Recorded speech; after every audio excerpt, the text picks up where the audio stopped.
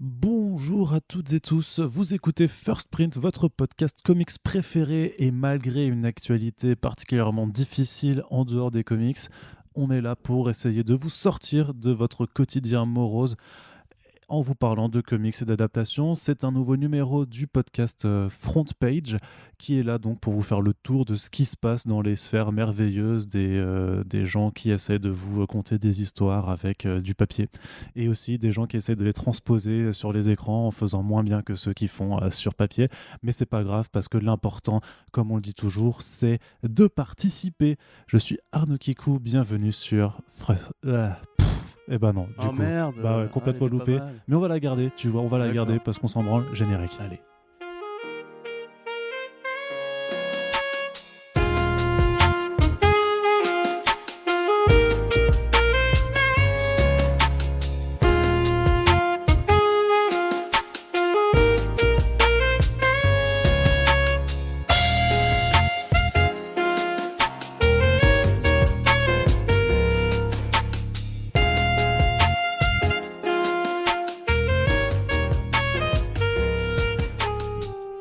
Et justement, vous avez reconnu la voix de Corentin qui est toujours parmi nous puisqu'il est incroyable, il est magnifique, il est Oh, tu superbe. Il est barbu, il a des cheveux longs, il n'ira pas chez le coiffeur. Pas avant un mois, a priori. Voilà, bienvenue Corentin, tu vas bien? Ça va et toi? Ça va très bien. Bah écoute, forcément c'est un enregistrement un petit peu particulier ce matin puisqu'à l'heure où l'on fait ce podcast, voilà, ça fait même pas 24 heures que notre cher gouvernement a annoncé le reconfinement. L'occasion de faire un petit point là-dessus. Corentin, comment tu vas le vivre? Enfin, pas Bah, bien. moi, ça va pas changer grand-chose puisqu'on continue à travailler depuis chez nous de toute façon. C'est surtout pour mon cinéma, on va dire. Ce qui est dommage, c'est qu'on avait bien relevé la tête là pendant un mois, malgré la disparition des séances du soir. Je trouve que les gens sont intéressés par ce que je raconte là. Mais non, bah, je vais lire des BD, faire des podcasts, écrire des articles et caresser mon chat. Très bien. Je te salue. Très bien, mais si, Ouais. si, les gens s'intéressent à ton quotidien, puisque l'important aussi dans le podcast, c'est aussi un peu l'humain derrière qui se cache Oui. derrière le micro, En pyjama. puisque mine de rien, nous ne sommes pas des machines. C'est vrai. Contrairement à ce que les gens pensent, nous ne sommes pas Exactement, nous ne sommes pas des des logiciels de voix qui font des podcasts. des robots. pratiquement, toutes les 2 Effectivement, je ne suis pas un robot. semaines. Je ne suis pas. Voilà. un robot. Comme dans la fameuse chanson T'as vu, voilà. qui n'est jamais sortie finalement. Ça démarre bien.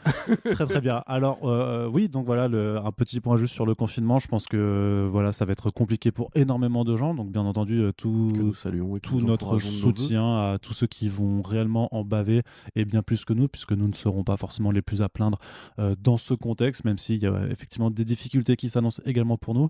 En ce qui nous concerne, bien entendu, on va pas faire de priorité, mais nous, en ce qui nous concerne réellement par rapport à notre corps de métier, bah, une grosse pensée surtout à tout le circuit de l'édition, à tous les libraires. On espère, donc à l'heure où on enregistre ce podcast, les annonces du gouvernement n'ont pas été encore faites, donc on ne peut pas savoir ce qui sera annoncé, mais on espère quand même que les libraires pourront ouvrir en respectant les mesures sanitaires, bien entendu, ou de trouver des systèmes voilà, comme le click and collect qu'ils avaient pu mettre en place déjà, puisque je pense qu'on va avoir besoin de lecture un peu, Ouais. de s'occuper, d'essayer de Et très. Parce que bon, on sait qu'en général, avec ces périodes de confinement, particulièrement à l'approche des fêtes, les magasins de jouets sont très inquiets parce qu'ils ont très peur que tout le monde achète les jouets par Amazon, etc. etc. Et les livres, c'est pareil aussi. Et Puisque, les livres, c'est pareil, voilà, ouais. c'est là où je voulais en venir. Donc n'hésitez vraiment pas, on sait, c'est chiant, ça prend 10 minutes de plus que faire une commande en clic sur Amazon, mais contactez votre libraire, essayez de voir s'il est encore ouvert effectivement, si vous pouvez s'il peut faire de la VTC ou de la VTC, de la VPC plutôt, de la vente par correspondance. C'est vraiment important de les soutenir parce qu'on le sait, c'est une année très compliquée pour eux, c'est aussi une année compliquée pour tout le monde, mais si on veut qu'il y ait encore des libraires et des bandes dessinées qui sortent après le confinement et après le coronavirus aussi, bah, il faut bien qu'on soit un peu solidaire, qu'on se serre les coudes, comme dirait notre bon roi. Exactement, et c'est pas comme s'il n'y avait pas justement pas mal de boutiques qui avaient trouvé des façons de faire. Je veux dire, même celles qui ne vont plus travailler peuvent peut-être prendre des commandes et attendre peut-être dans 2 semaines ou au mois de décembre pour pouvoir vous les apporter. Donc voilà, l'important, ouais, par contre, c'est vraiment ne pas engrosser Amazon qui est déjà bien assez gros comme ça, et vraiment c'est con, mais de plus en plus en fait le fait de commander chez les libraires, ça devient un acte militant et responsable surtout. Tout à fait, même Et- citoyen. Ouais, c'est ça. T'as peut-être pas envie que ta boutique de quartier ferme, que le chômage grossisse en France, etc. Je veux dire, Amazon crée quand même peu d'emplois en France. Et les emplois qu'ils créent sont souvent des emplois. C'est pas les meilleurs emplois du monde, quoi. Je pense pas qu'il y ait grand monde qui veuille faire carrière dans un entrepôt Amazon pour envoyer des colis, quoi. Non, Donc, effectivement, donc voilà, donc soutien aux libraires, à tout le circuit de l'édition, à nos éditeurs aussi. On espère que vos plannings de sortie qui ont déjà été complètement mis en vrac vont pas trop être impactés en ces fins d'année, surtout que cette période-là, c'est quand t'as les beaux livres qui sortent, parce que justement, t'as je sais plus quel pourcentage en fait, des commandes de fête de fin d'année qui sont des livres. En fait, on offre beaucoup de livres. Alors pas que des BD certes, mais aussi. Donc voilà, on est de tout cœur avec vous et nous de notre côté, on va continuer de faire des podcasts. On a l'avantage de pouvoir faire ça à distance également, puisqu'on a le matos pour ça. Je vous cache pas que peut-être que j'utiliserai mon autorisation de travail pour aller te voir, Corentin, pour qu'on puisse enregistrer plusieurs émissions d'un coup. Mais voilà, pas plus, puisque le but du jeu c'est de rester chez soi. Donc il va bien falloir le faire si on veut être redéconfiné le plus rapidement possible. Et ça me permet de faire une petite annonce. Introducing les back issues du confinement. Voilà. Alors, on produit déjà trop de podcasts peut-être, mais je pense qu'on aura plus de temps pour en écouter aussi.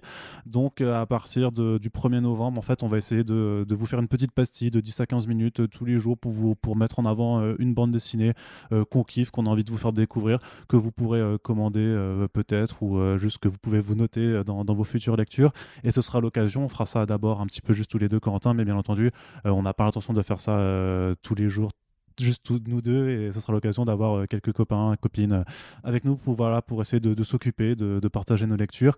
Et il y aura d'autres trucs qui vont arriver un petit peu à part, on vous en parlera, mais vous aurez aussi des super friends, puisque heureusement il y en a qui ont été enregistrés déjà en amont, il y en a d'autres qui seront enregistrés à distance également. Il y a normalement aussi le premier omnibus qui arrivera en novembre, donc ça on est très content de vous dire que là c'est vrai, on est en train d'enregistrer les premiers numéros, et que si tout se passe bien, ça va être très très cool aussi à vous proposer. Et voilà, on fera un petit spécial sur Harley Quinn aussi, vu que la série a commencé sa diffusion sur Toonami, donc ce sera aussi l'occasion de mettre en avant ça. Voilà, du back issues, du front page, bref, vous inquiétez pas, on sera là pour s'occuper avec vous, et n'hésitez pas bien entendu à venir nous soutenir, parce qu'on en aura également besoin, donc avec notre page Tipeee, et on est également en train de réfléchir à une solution pour développer notre pôle communauté, c'est-à-dire pouvoir réagir et interagir surtout avec vous, puisque effectivement là on upload les podcasts, on enchaîne les émissions, mais il n'y a pas trop d'espace à part sur les réseaux sociaux où on peut vraiment interagir avec vous. Donc et tout le monde n'a pas Twitter. Donc moi, ma première idée, je vais vous le dire en toute honnêteté, j'ai pas encore tranché, c'est à la limite de poster dans les news du Tipeee directement, faire un post pour chaque podcast.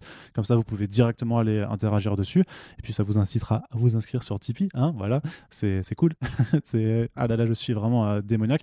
Ou alors, peut-être, je me suis dit aussi que parce que le WordPress, il est là, hein, il existe, il est juste pas ouvert, et parce qu'on l'a mis en deuxième objectif sur Tipeee. Mais en attendant de pouvoir faire nos écrits long format et le podcast backup, je suis en train de me dire que l'ouvrir et faire un post juste pour chaque émission régulière, comme ça vous avez aussi un espace de discussion, ça peut être une bonne chose, parce que voilà, on est là pour parler de comics, on est aussi là pour en parler avec vous. Et sur ce, Corentin, je te propose qu'on attaque tout de suite avec la partie comics de ce front page, le 3e et dernier numéro consacré à l'actualité d'octobre 2020, et on va commencer avec une bonne nouvelle qui nous est parvenue, avec le lancement surprise d'un comic book par Donny Cates et Dylan Burnett qui s'appelle The One You Feed. Qu'est-ce que c'est The One You Feed?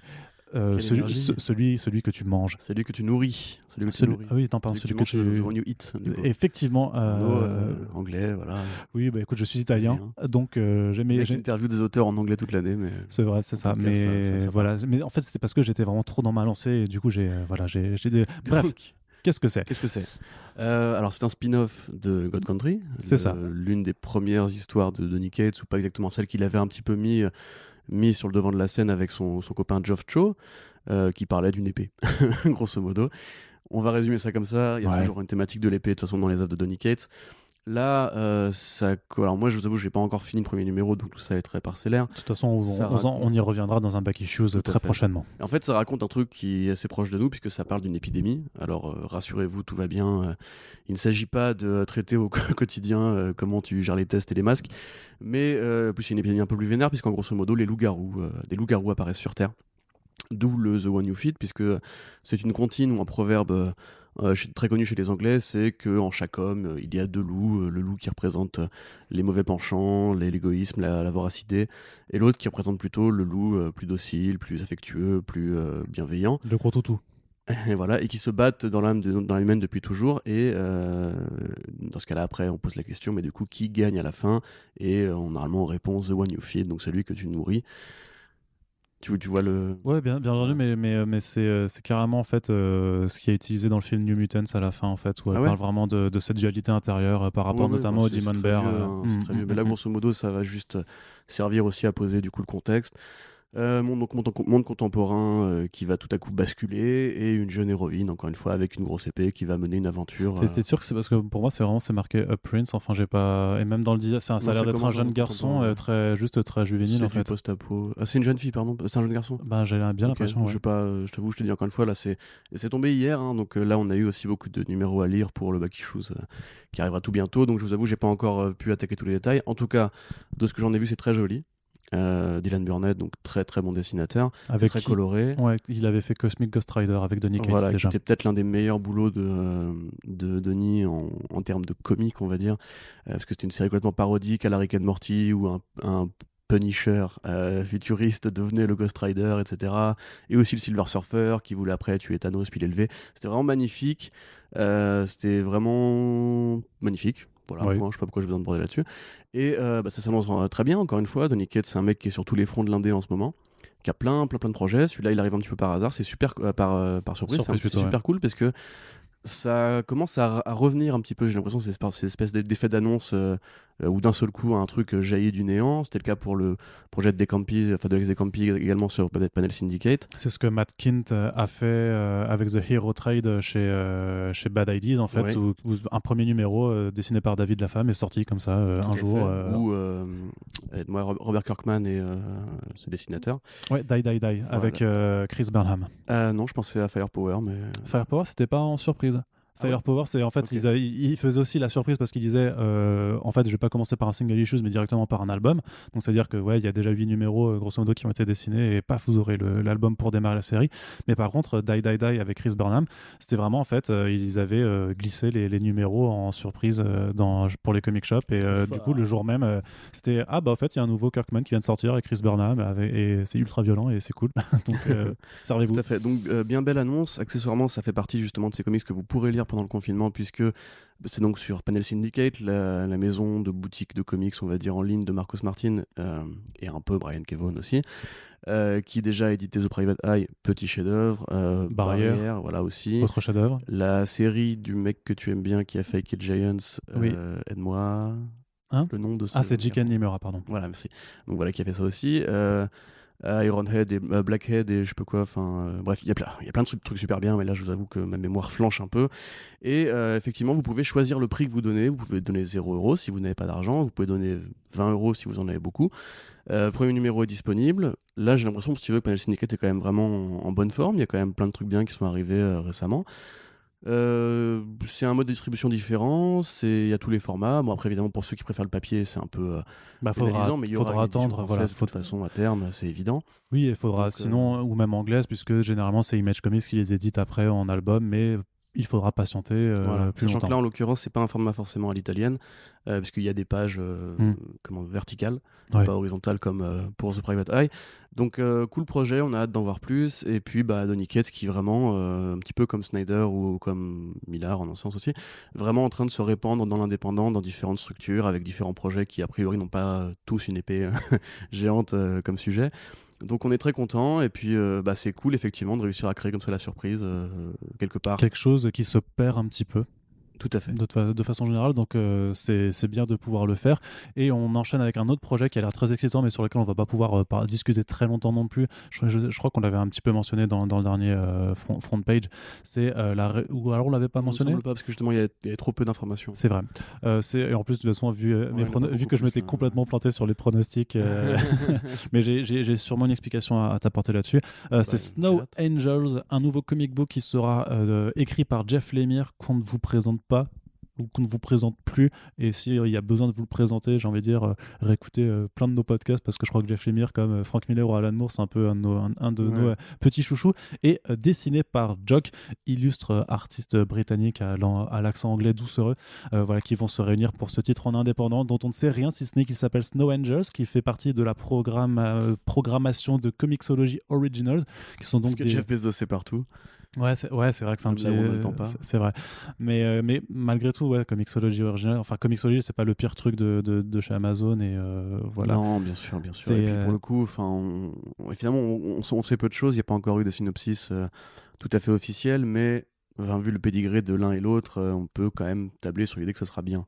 Ouais. Parce que bon, tu disais, on prend un peu de Jeff Lemire, il faut quand même préciser que c'est l'un des auteurs les plus compétents et les plus de sa génération. On en reparlera bien tout à l'heure quand on parlera de Moon Knight aussi, de monsieur Jeff Lemire. Et puis Jock, voilà, moi, il s'est fait un peu plus rare récemment, mais c'est vrai que son actif, il a quand même très peu de déchets. Pour ceux qui ne voient pas, c'est Green Arrow Year One avec Andy Deagle, c'est Snapshot avec Andy Deagle, c'est évidemment Witches avec Scott Snyder. C'est aussi le Batman Kiri avec Scott Snyder. Batman Kiri. C'est moins bien, le fameux Batman Kiri. C'est moins bien, tu vois, je l'aurais pas cité, tu vois, pour le coup. Mais c'était pas mal dessiné, mine de rien, parce que Jock reste un bon artiste, même quand il dessine pour des scénarios qui sont un peu moins bien. Un super artiste qui a un trait assez déstructuré, assez effrayant, mais aussi assez grinçant, enfin qui vraiment aime pas trop les lignes très claires ou les contours assez nets. Il aime bien quand ça qu'il y a des cassures par rapport à ce que tu te représentes de la réalité, où du coup tu as une approche un peu fantastique du dessin, même si tu restes dans un contexte plus réaliste, quoi. Donc l'un des meilleurs scénaristes actuels avec l'un des meilleurs dessinateurs actuels. Qu'est-ce qui pourrait mal se passer, voilà, what could go wrong, à part le fait qu'on ne sache rien pour l'instant, mais Snow Angels avec des flocons de neige sur l'écran titre, on peut imaginer que de façon hyper littérale, ce sera vraiment genre des anges faits de neige, je sais pas. Après c'est vrai que la thématique du froid est assez présente dans l'œuvre de Lemire, avec notamment Justice League United ou Sweet Tooth, évidemment. Parce qu'il est canadien. Mais c'est vrai, c'est vraiment... tu vois, s'il était breton, il ferait que les trucs avec de la pluie. Voilà, et des galettes. S'il était italien, il ferait que les trucs avec des Vespa et des Marcel, tu vois. Voilà. C'est bien, c'est tes petites attaques racistes envers mes origines, ça fait toujours plaisir. Ouais, j'ai un grand-père italien aussi. Corentin, oui, c'est comme dire j'ai un ami noir, machin, ça non, ça marche pas. Italien, vraiment. Oui, mais ça marche. Si, ça marche. Mais ça rend pas tes attaques racistes plus acceptables, Corentin, excuse-moi. Attends, c'est raciste de dire que les Italiens roulent en Vespa et portent des Marcel? On n'est pas tous comme ça, ok? Bref, donc voilà, Jeff Lemire. Alors c'est vrai que moi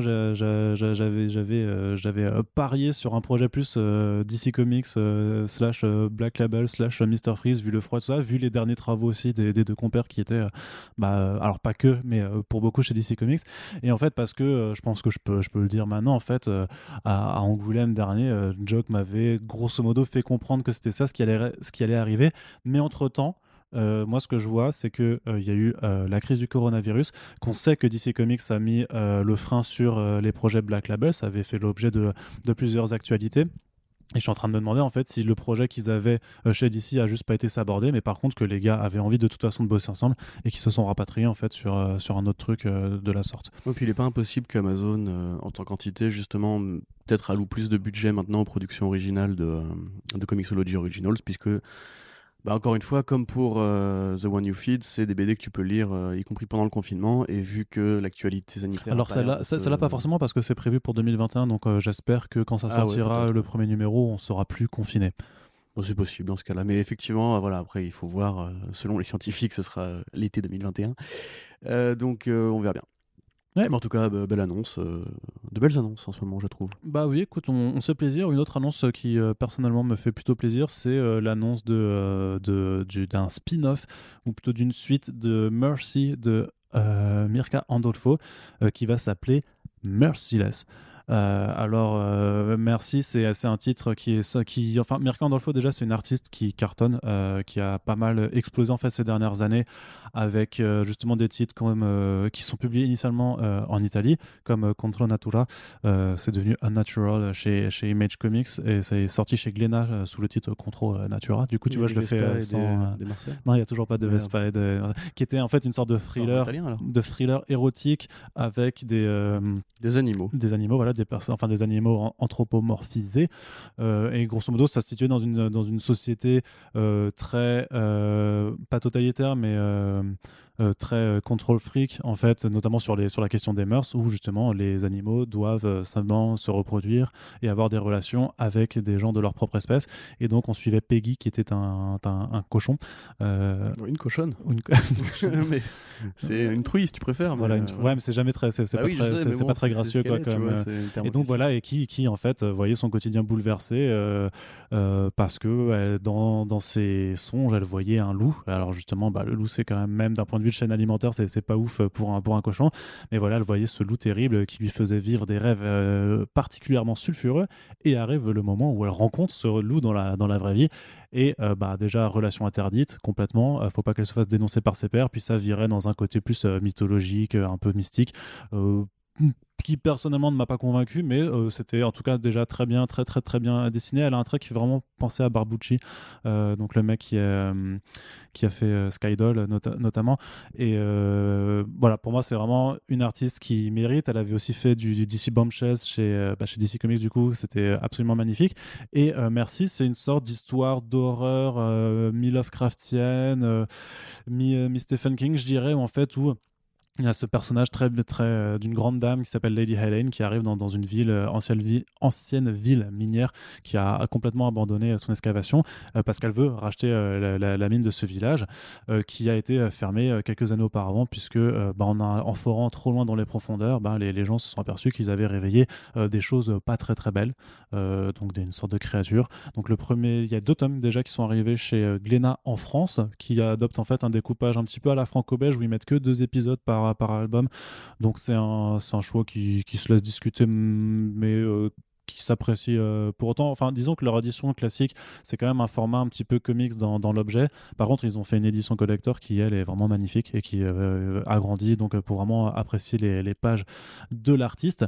Et en fait, aux États-Unis, ils ont un petit peu d'avance, c'est-à-dire que le dernier numéro est sorti et en dernière page, il y avait donc un teaser pour Mirka Andolfo Merciless, donc qui est vraiment la suite, sauf que à la différence du premier tome, en fait, c'est un autre artiste qui va le dessiner, c'est-à-dire que Mirko Andolfo se contentera juste d'écrire cette fois-ci, en attendant ses autres projets, par un artiste qui s'appelle, ou une artiste, j'arrive pas du coup à déterminer avec le nom, parce qu'elle s'appelle, ou il s'appelle Sia Oum, donc c'est quelqu'un qui a dessiné du Fathom et du Batman Beyond.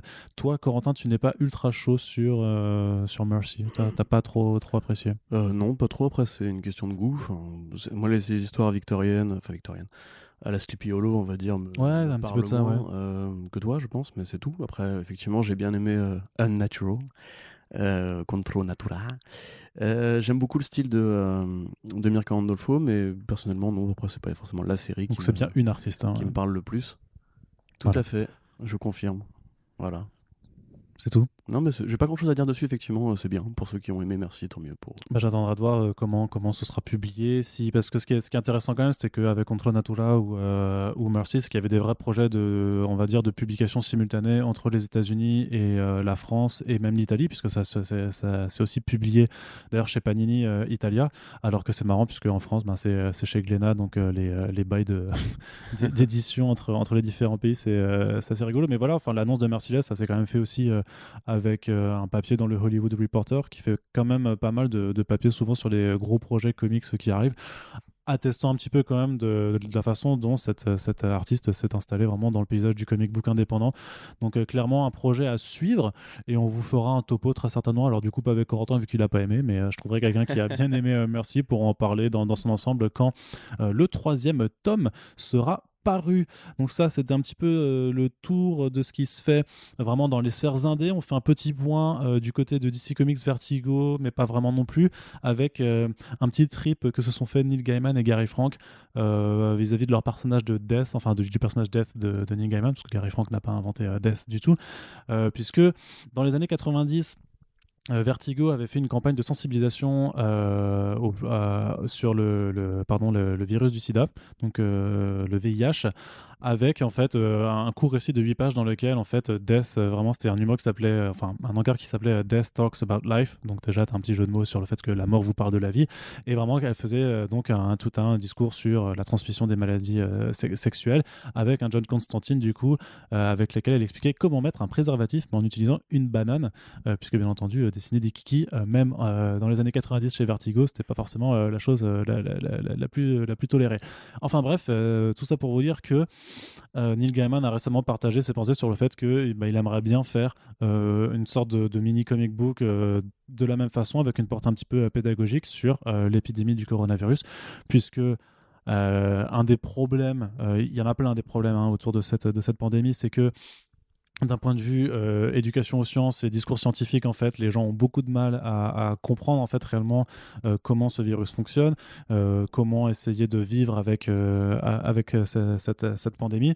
Et c'est d'autant moins facilité que les discours anti-scientifiques ont pignon sur rue. Il n'y a qu'à regarder certaines de nos chaînes d'infos en France pour savoir que qu'il y a en fait eu un manque de responsabilité de la part de pas mal de médias en fait sur les discours qui y sont tenus, qui sont simplement de la désinformation, voire de la mésinformation en fait, de l'intox, et que ça a des conséquences sur la perception du public, ne serait-ce que des institutions scientifiques et de ce que c'est le travail de recherche. Personnellement, ayant un background scientifique, je trouve que c'est hyper grave et j'ai pas l'impression que tout le monde se rende compte de la gravité de la chose. Mais bon, c'est pas grave, on n'est qu'à 1 million de morts pour le moment. Bref, tout ça pour dire que Neil Gaiman voudrait faire ce petit projet, que Gary Frank a répondu avec un dessin qu'il avait fait de Death, qui est très joli par ailleurs, parce que Gary Frank est un très très bon artiste, en disant qu'il était chaud. Et alors, Corentin me disait juste avant l'enregistrement, tu sais Arnaud, ça ne va pas se faire. Et après que j'ai essuyé mes larmes devant cette désillusion incroyable, je me dis quand même que tous les éditeurs, Marvel, DC, Image, ont quand même fait des encarts dans leurs publications avec leurs personnages qui portaient un masque, juste pour essayer de sensibiliser à cette question du port du masque. Et je vois pas pourquoi DC Comics tenterait pas ce genre d'expérience, parce que en termes d'image, en termes de projet, c'est un truc qui prend pas non plus très longtemps à faire, je pense, de leur côté, et je pense que vraiment ça pourrait être d'utilité publique. Oui. En fait, non, je Voilà. t'écoutais parler et je pensais à ces artistes espagnols, je vais peut-être m'aider à retrouver leur nom, qui avaient fait aussi différentes bandes dessinées sur le thème du Covid de la Covid, et de pourquoi, enfin, de comment soutenir, entre guillemets, Il y a les eu plusieurs anthologies infirmiers. qui ont été faites là-dessus, effectivement, Mais tu sais, en c'était indé. au courant de l'été, je crois, où justement plein d'artistes, pour soutenir aussi les libraires, il y avait une petite histoire courte où Superman tenait la porte d'une infirmière qui rentrait du Oui, taf. oui, je me rappelle, oui. Et enfin, ouais, c'était assez bien fichu. Et finalement, DC avait l'air ouvert pour que ça se fasse là-bas. D'ailleurs, c'est dommage qu'il n'y ait pas un projet genre, je sais pas, une anthologie, ces comics qui rend hommage aux salariés du Covid, parce qu'il y a probablement plein de projets comme ça qui doivent exister. Il y avait eu quelques initiatives. Tu avais même Milo Manara qui avait fait Tout à fait, ouais. Ouais, des ouais, dessins pour tout à représenter fait. les vrais héros du monde réel avec Très joli dessin, le d'ailleurs, personnel soignant. où les gens étaient habillés, ce qui est Oui, bizarre aussi, pour oui. du Marvel. Pour le coup, ça aurait été un petit peu ma vie de faire ouais, bravo les infirmières, bon, en Ah culotte. ouais, bon, il a fait pire que ça, mais bref. J'adore Manara, attention, c'est pas une critique du tout. Mais encore en italien, tu vois. Mais décidément, hein, l'Italie. Toujours. Non, mais après, oui, pourquoi pas, effectivement. Enfin, je me disais aussi, peut-être que, enfin, là, on est en campagne de réélection actuellement. Aux États-Unis, t'as Donald Trump, je sais pas si tu connais, c'est un mec avec des cheveux bizarres et une peau assez orange qui dit de la merde. Lui, tu vois Quelle pas. prise de position, Corentin, Actuellement, c'est ouais, incroyable. merci, t'as vu un petit peu, ça dénonce. Qui lui actuellement est un peu en guerre contre justement le port du masque, qui est un petit peu en guerre contre. Enfin, qui a dit récemment, je Contre crois les vraiment scientifiques. que le virus était vraiment une connerie, que tout ça c'était de la mytho, etc. Alors que finalement il l'a eu. Mais comme il en est revenu, bah maintenant il est un petit Il peu. l'utilise à son Voilà. avantage, quoi. Et bah, Il est vraiment, tu sais, il est en train de faire en mode American Dream, genre ouais, si je l'ai battu, vous pouvez tous le battre et tout, genre en fait oui, c'est ça. Ça marche pas comme ça en fait, la vie. c'est pas toi qui va décider en fait. Et accessoirement, tout le monde n'a pas des cellules souches de fœtus pour se guérir avec 100 000 $ de budget. Mais C'est pas ce qu'il a fait. C'est vraiment un super vilain, c'est un truc. mais, Oui, mais c'est pas ce qu'il a fait quand même. mais pour en revenir au truc, simplement, moi je me dis 40% des gens aux États-Unis sont contre le port du masque, sont contre la vaccination et sont contre en général tout ce qui est logique et sensé sur Terre. C'est pour ça qu'ils votent Donald Trump. Du coup, je sais pas si DC Comics aura envie de s'antagoniser une partie de son lectorat. On sait qu'en général, la politique est d'être apolitique en ce moment chez les Big Two. Mais pourquoi pas, oui, effectivement, ça serait assez logique. Et puis même Gaiman, c'était au-delà du VIH, il s'était même déjà engagé pour la cause du mariage homosexuel et puis pour plein de trucs vraiment super cool. C'est un mec génial, un mec en or, et même à la limite, il pourrait, je pense, le faire sur son blog. Je sais pas, est-ce que ces personnages lui appartiennent? Non, mais si c'est un blog, il n'y a pas d'exploitation commerciale, tu vois. Partant de là, Ouais, mais tu exploitation vois, Gary Frank, il fait un de. dessin de def, DC lui, on veut pas un avocat en mode genre, tu Non, retires gros, tu vois. parce que c'est juste un dessin, mais à partir du moment où tu sais où tu fais une exploitation, enfin sur un travail de personnages qui ne t'appartiennent pas. Je sais pas, mec, on avait parlé de Esad Ribic qui avait fait un micro-comics Wonder Woman et Lara Croft qui avait une petite romance, tu vois, ça C'était pas durait. Esad Ribic, c'était Stepan Sejic. Stepan Sejic, pardon, excuse-moi, tout à fait. Voilà, comment j'ai confondu les deux, quelle horreur. Qui effectivement avait fait ça, tu vois, c'était sans licence ni autorisation. Ouais. Moi, je pense qu'il pourrait le faire de son côté. Après, si DC a envie de l'éditer pour justement transmettre aux Sensibiliser, gamins, ouais. pourquoi pas, tu vois. Moi, je serais très chaud, mais je pense pas que ça se fera. Non, effectivement, mais par contre, c'est quand même plutôt cool de se rappeler à ce bon souvenir où, voilà, parce qu'on on en voit de moins en moins. Je veux dire, les derniers trucs un petit peu hors univers comics qui se passait, c'était plus des partenariats avec Sneakers et KFC. Donc, Ah là là.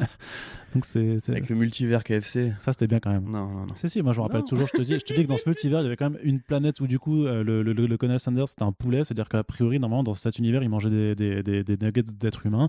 Et Ouais. je trouve ça magique T'as celui aussi que où, DC publie ça. chez Marvel, t'avais un mini comics M&M's où Absorbing Man, je crois qu'il s'appelle. C'est ce truc qui, quand il te touche, il peut absorber ton énergie et ta forme, etc. Il touchait un M&M's. C'est Parasite, quoi. Enfin, chez DC, Ouais, un du truc coup. comme ça. Mais... Il touchait un M&M's et du coup, il devenait complètement M&M's et les gardiens voulaient le bouffer. C'était super malsain comme truc. Ok, bah écoute. J'avais lu ça en allant voir Gardien, je crois, justement, au cinéma. Il filait des petits fascicules de ce genre de BD pourri. Mais ouais. Voilà. Écoute, bah, on espère, on verra bien si ça doit voir le jour. Et on va faire un petit tour maintenant du côté de la VF également, puisqu'il y a quelques news qui nous sont apparues de ce côté-là. Alors oui, il y a moins d'actu que le dernier numéro qui faisait 2h40. Pourquoi? Bah parce que là, on se réunit qu'une semaine après pour faire la chose. Mais ça n'empêche pas qu'il y a des annonces. Faire la chose. Faire la chose. Tu veux faire la chose avec moi? Je veux faire la chose avec toi. C'est le mot de code utilisé pour juste enregistrer un podcast. C'est ça. Corentin, est-ce que tu veux faire quelque chose? Vous imaginez pas des choses. Est-ce que tu veux faire des trucs avec moi, s'il te plaît? Allez. Non, mais une petite annonce quand même qui nous parvient. Alors pour vraiment là, ça parlera certainement à nos auditeurs et auditrices les plus vieux, en tout cas plus vieux que nous, puisque nous n'avons pas connu ce dont on va vous parler. En tout cas, moi, je n'ai pas eu cette chance de connaître ça.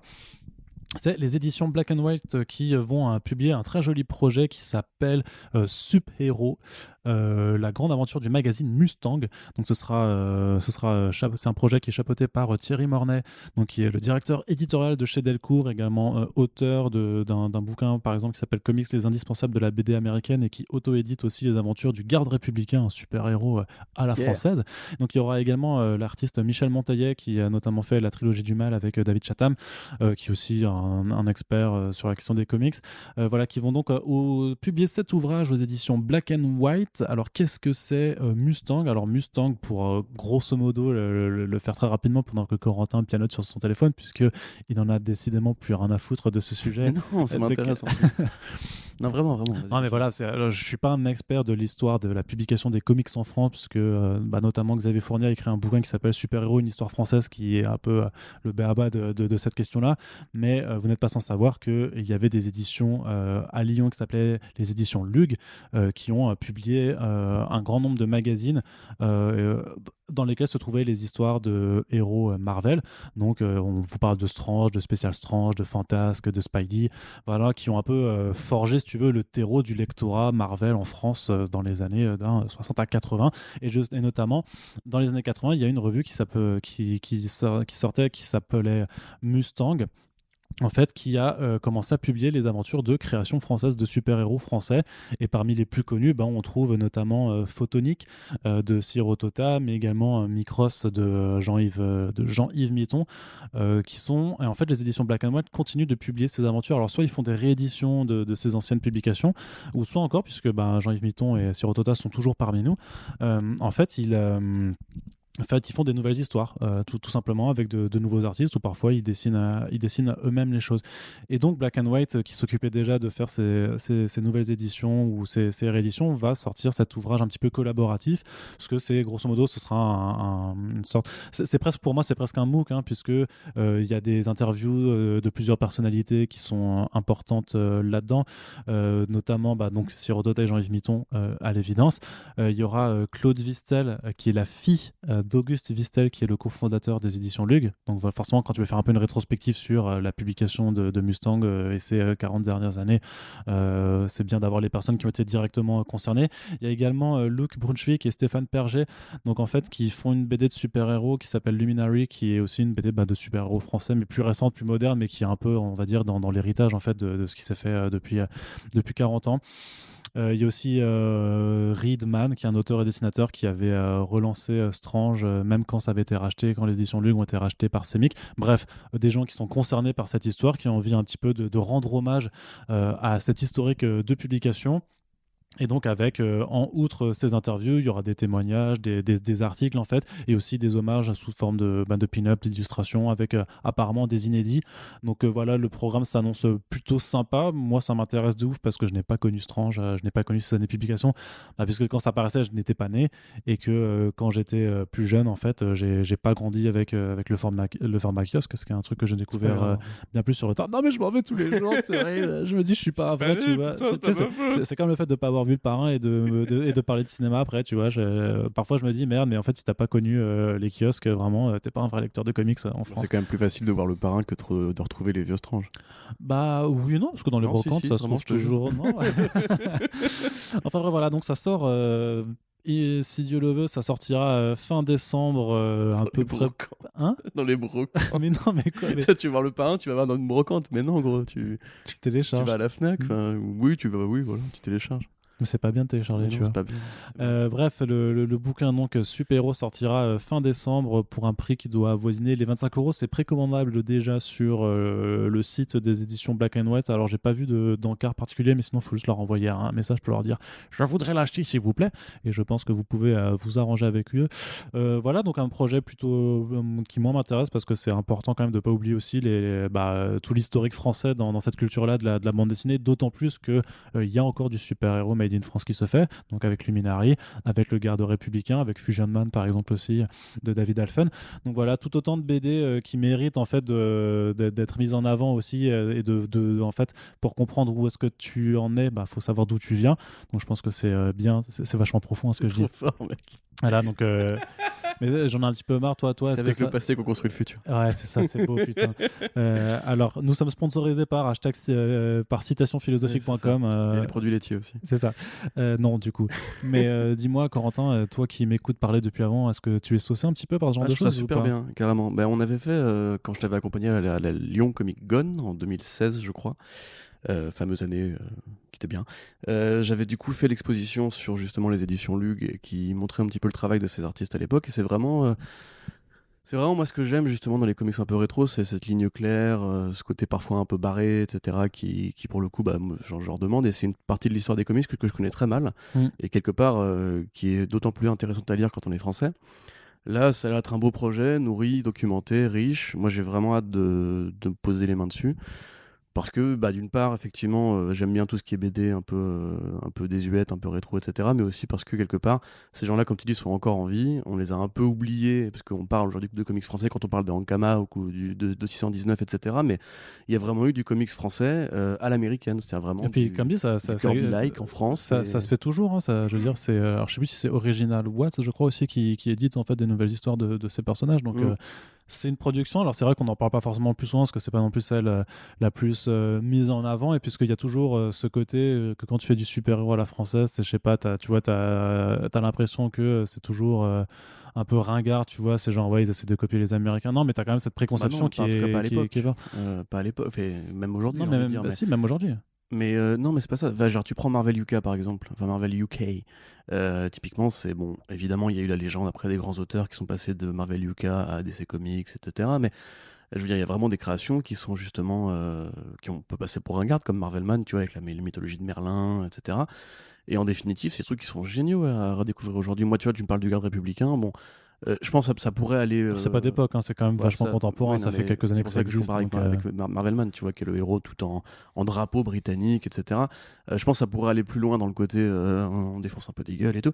Mais très honnêtement, moi, c'est les trucs que je trouve super cool justement parce que ça participe d'un imaginaire local. Il y a un regard qui est plus décalé par rapport à ce que font les Américains, qui sont quand même des mecs très premier degré. Non, je sais pas, je vois pas ce que c'est à de ringard personnellement, tu vois. C'est comme dire qu'Astérix c'est ringard. Astérix c'est pas ringard.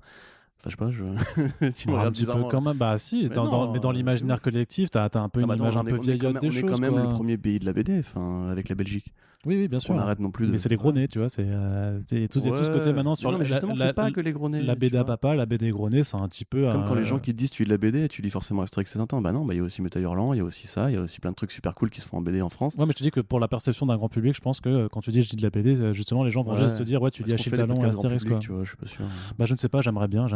Donc. Limite un jour, si un grand cinéaste français veut faire un Marvel Studio des super-héros français, là ça pourrait être un gars par contre. Je suis relativement persuadé que si le grand public, s'il y a du grand public qui nous écoute, ils découvriront en tout cas des choses qu'ils ne soupçonnent pas. J'ai cette prétention. J'ai cette prétention et on va passer à la dernière news comics de cette émission avec une petite nouvelle que j'ai pu rapporter en exclusivité. J'aime bien ce genre de truc. Enfin bref, pour vous dire que il y a 2 titres de Hill House qui arriveront en 2021 chez Urban Comics. C'est quoi Hill House, Arnaud qui court? Je vais te le dire. Alors, mon petit, je vais t'expliquer ce que c'est Hill House. Savais-tu que à l'époque, les comics d'horreur étaient légion chez un éditeur qui s'appelait Ici Comics?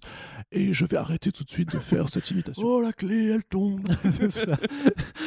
Non, qu'est-ce que c'est? Alors, c'est un imprint, donc un label dans les labels de DC Comics à l'époque, en fait, et pas si lointaine, où DC Comics multipliait un petit peu les labels d'auteurs, avec le Wonder Comics de Brian Bendis, avec le Hill House de Joe Hill, et avec le fameux The Killing Zone de Geoff Johns, MDR comme on dit chez nous. Young Animal Young Animal aussi de Gerard Way, effectivement. Mais moi, je voulais juste finir sur cette petite vanne sur Geoff Johns. On en parlera tout à l'heure pendant le back issue, t'inquiète pas. C'est vrai.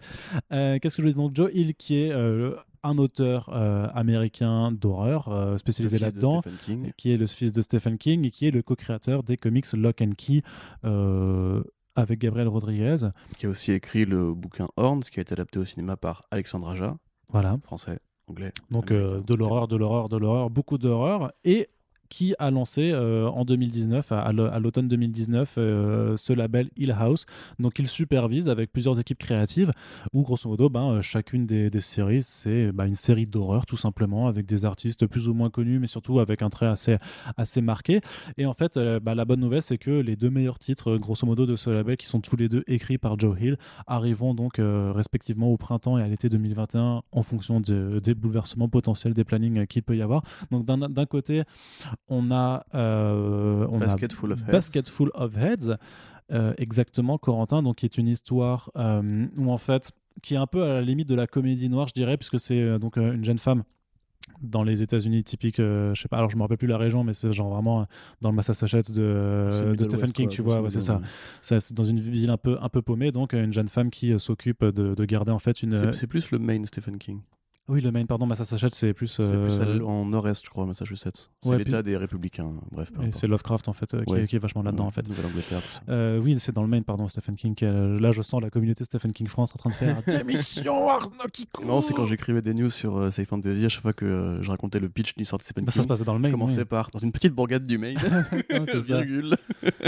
Non, c'est exactement ça. Du coup, donc, vas-y, revenons-en. Oui, donc cette jeune femme qui, en fait, s'occupe de garder une maison dans laquelle sont entreposées plein d'antiquités, qui un soir en fait il y a un casse qui est organisé, des truands kidnappent son copain qui accessoirement est flic, et sauf que dans la lutte en fait elle veut se défendre, elle trouve une hache qui est entreposée là et elle se défend en coupant la tête de son agresseur, et sauf que là la tête en fait continue de lui parler. Et en fait ça va être là, elle va continuer dans ses pérégrinations en fait à tomber sur les autres agresseurs. À chaque fois elle va leur couper la tête et elle se retrouve en fait avec des têtes qui parlent et qui en fait essayent de lui raconter chacun leur point de vue sur ce qui est en train de se passer, sur pourquoi ils s'en prennent à son boyfriend et tout ça. Et donc voilà, c'est quand même assez horrifique, c'est un peu pesant là, même le premier numéro qui est très stressant en fait, puisque c'est une sorte de huis clos.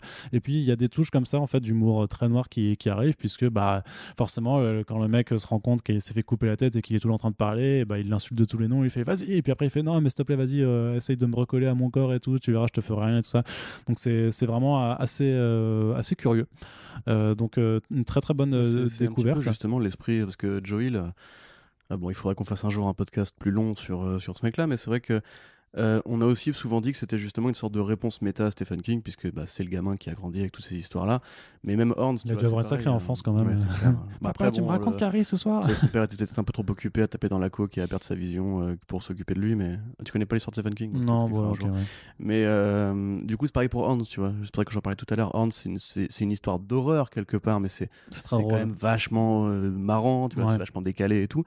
Ce qui est pas forcément le cas de The Plunge, pour le Plunge, pour le coup, avec Stuart Immonen au dessin.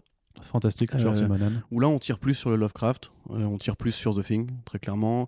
Sur The Thing et sur Abyss aussi, puisque c'est quand même très maritime. C'est donc un équipage qui a disparu il y a très très longtemps, qui d'un coup refait surface. Des sauveteurs vont pour les retrouver et ils tombent sur place sur des créatures un peu transformées, on va dire, des humains un peu transformés qui probablement ont découvert quelque chose de mystique, quelque chose d'alien, on sait pas trop, etc. Donc c'est vraiment de l'horreur pure, en l'occurrence, 13 années 70-80. Du cinéma de genre comme on aime bien, avec des calamars géants échoués sur une mer, sur une plage, quoi, c'est trop bien. 2 titres pour moi vraiment très bons et qui participent un petit peu justement du fait que, comme on l'a déjà dit plusieurs fois, DC Comics a tué Vertigo.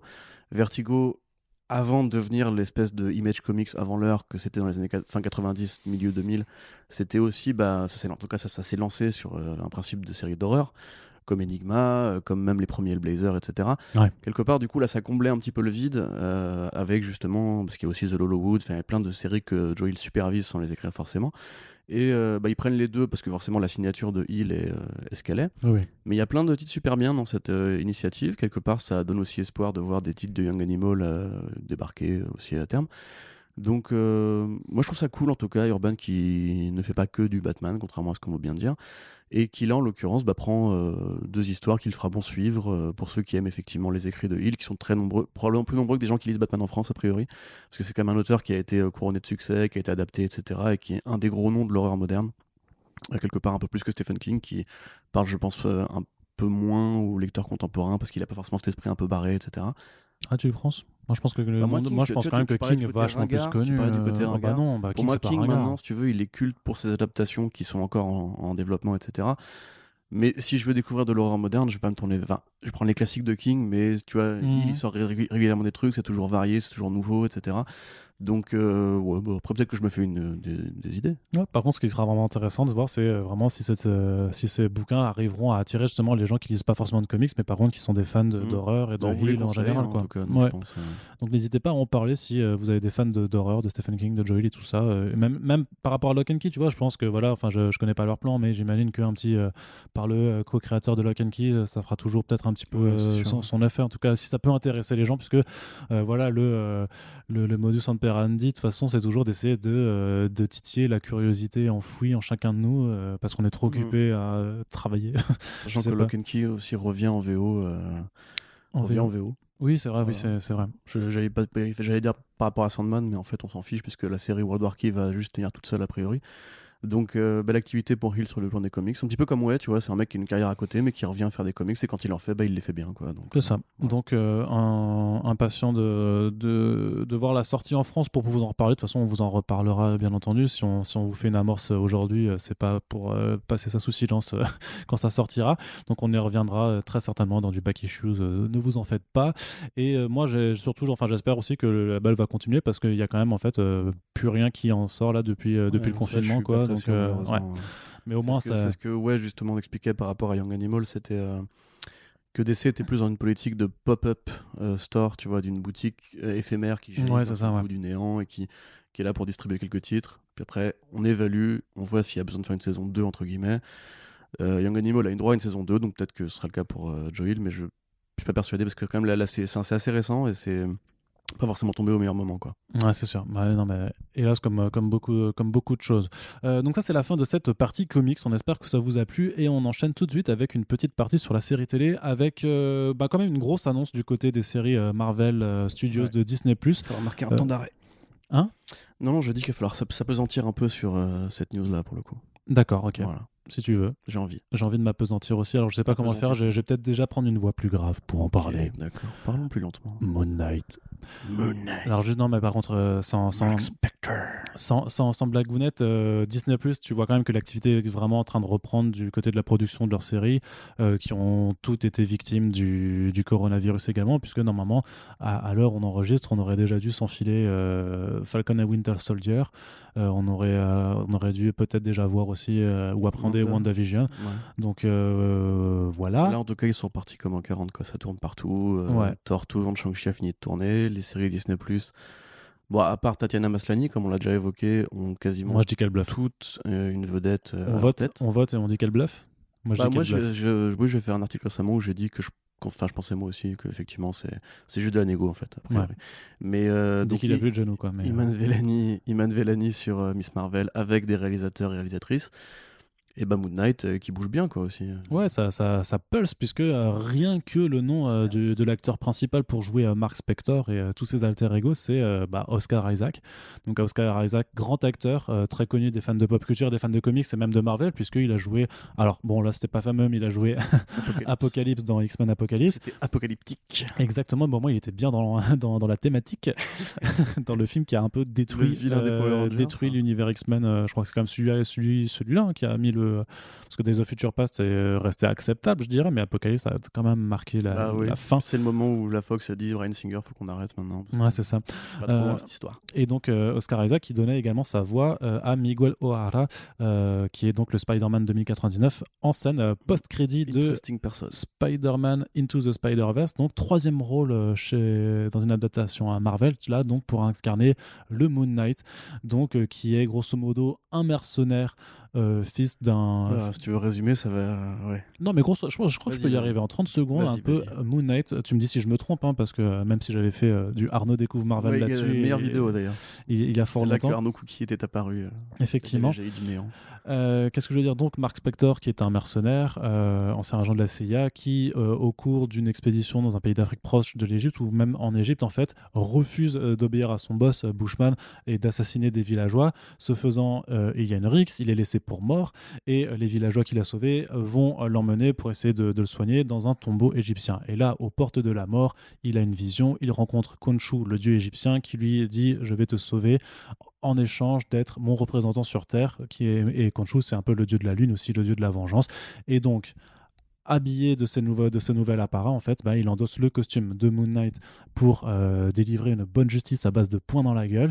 Il retourne à New York, c'est Oui, c'est à New York. Tout à fait, c'est un héros urbain de New York. C'est un héros, voilà, à New York. Et sauf qu'il endosse effectivement plusieurs alter ego civils, puisqu'il y a Mark Spector, le mercenaire, mais il y a aussi Steven Grant, le milliardaire. Pas milliardaire, il est producteur de cinéma, il est millionnaire. Millionnaire, pardon. Voilà, millionnaire. c'est un peu sa version de Tony Et Stark, aussi son personnage de chauffeur de taxi. Jake Lockley. Voilà. Et en fait, au fur et à mesure des séries qui en ont découlé, le postulat a été de dire qu'en fait, ce monsieur souffre d'un trouble de la personnalité multiple et qu'en fait, chacun de ses avatars, c'est parce qu'il y a chacune de ces personnalités différentes qui coexistent en lui, ce qui rend le héros tout à fait hyper intéressant d'un point de vue psychologique, puisque ça permet d'aborder plein de choses sur la folie, les troubles de la personnalité, et c'est notamment la schizophrénie, et notamment avec des auteurs comme Jeff Lemire ou Warren Ellis, ça a permis aussi de développer des aspects très mythologiques et très psychologiques sur ce personnage qui fait que c'est l'un des meilleurs personnages de chez Marvel, qu'on a trop souvent un peu voulu comparer à Batman dans... il a été créé comme ça. Tu as fini? Ouais, non, mais je veux dire, à la différence près que lui, justement, il se cache. Enfin, s'il a un costume tout de blanc vêtu, c'est pas pour faire peur aux criminels et les surprendre, c'est plutôt pour leur dire de très loin, regardez, je suis là, je vais vous péter la gueule. Ouais, c'est ça. D'ailleurs, c'était assez génial comment Greg Smallwood, j'ai relu le volume un petit peu hier. Ah, c'était magnifique. Enfin, c'est incroyable cette bande dessinée, bref. Oui, donc je dois quasiment tout dit, effectivement. T'as vu, j'ai quelques petites, voilà, mais bon. Donc, ouais, alors moi, justement, c'est le problème. Toi, t'es pas content? Bon, là, je vais pas me faire des amis, je sens. Parce qu'effectivement, c'est génial d'avoir Oscar Isaac, qui est effectivement un très grand acteur. Alors, tu parles de Apocalypse, on pourrait parler de Star Wars, etc. Faut pas oublier que le mec vient aussi d'un vrai cinéma d'auteur au départ. Donc, Inside Llewyn Davis, par exemple, des frères Cohen. Most Violent Year de Jesse Chandor, avec qui il a retravaillé sur Triple Frontier. Et même, c'est vrai, quand tu vois justement le Spectre notamment de Declan Shalvey, ou même celui de Smallwood aussi, tu peux imaginer effectivement le Moon Knight mal rasé, avec le dégradé qu'a Oscar Isaac en général. En plus, c'est un mec assez élégant, qui porte beau, donc tu peux très bien imaginer le costume de Mr. Knight, qui est l'alias de la fédération, on va dire, entre tous ces personnalités. Tu peux très bien l'imaginer dans son beau costume blanc, etc. Mais le problème que j'ai, en fait, c'est pas spécialement... Enfin, c'est un double problème. C'est d'une part, j'adore Oscar Isaac. Quelque part, j'en ai un peu marre de le voir faire le guignol pour les franchises, parce que je sais que beaucoup de gens aiment bien la postlogie. Moi, personnellement, elle me sort par les yeux, et je considère que son personnage de Poe Dameron, c'est pas un personnage. Il a pas d'évolution personnelle, c'est un motif, une sorte de pièce rapportée entre Wedge Antilles et Han Solo. Bon, ça, après, c'est Star Wars, évidemment, et quelque part, Moon Knight a bien plus à défendre que ça, enfin, bien plus à défendre qu'Apocalypse aussi. C'est un personnage qui est vraiment complexe, qui est vraiment très écrit, qui, comme tu dis, a vraiment été assez curieusement enrichi au fil des volumes, parce que chaque volume de Moon Knight ne ressemble pas au volume précédent. Il y a plein d'aspects intéressants à traiter. Le côté producteur de cinéma, qui d'ailleurs faisait une belle mise en abîme, parce que dans le volume de Jeff Lemire et Greg Smallwood, Stephen Grant, quand il se retrouve au milieu de la scène de New York, pense qu'il est dans un film de Marvel Studios qu'il a écrit justement pour l'adaptation. Après, il y a tout ce côté effectivement schizophrène, et en fait, moi, le problème que j'ai, c'est que je trouve qu'Oscar Isaac est trop classe. Il est trop fort, entre guillemets. C'est un peu voilà, ma déclaration d'amour à Oscar Isaac. Mais Moon Knight, j'ai besoin de le sentir perdu. J'ai besoin de le sentir faible face à sa propre psyché, en fait. J'ai besoin de sentir que c'est vraiment un mec qui sait pas ce qu'il fait. C'est un fou qui joue au super-héros. C'est un fou qui comprend pas qui il est, qui comprend pas ce qu'il est.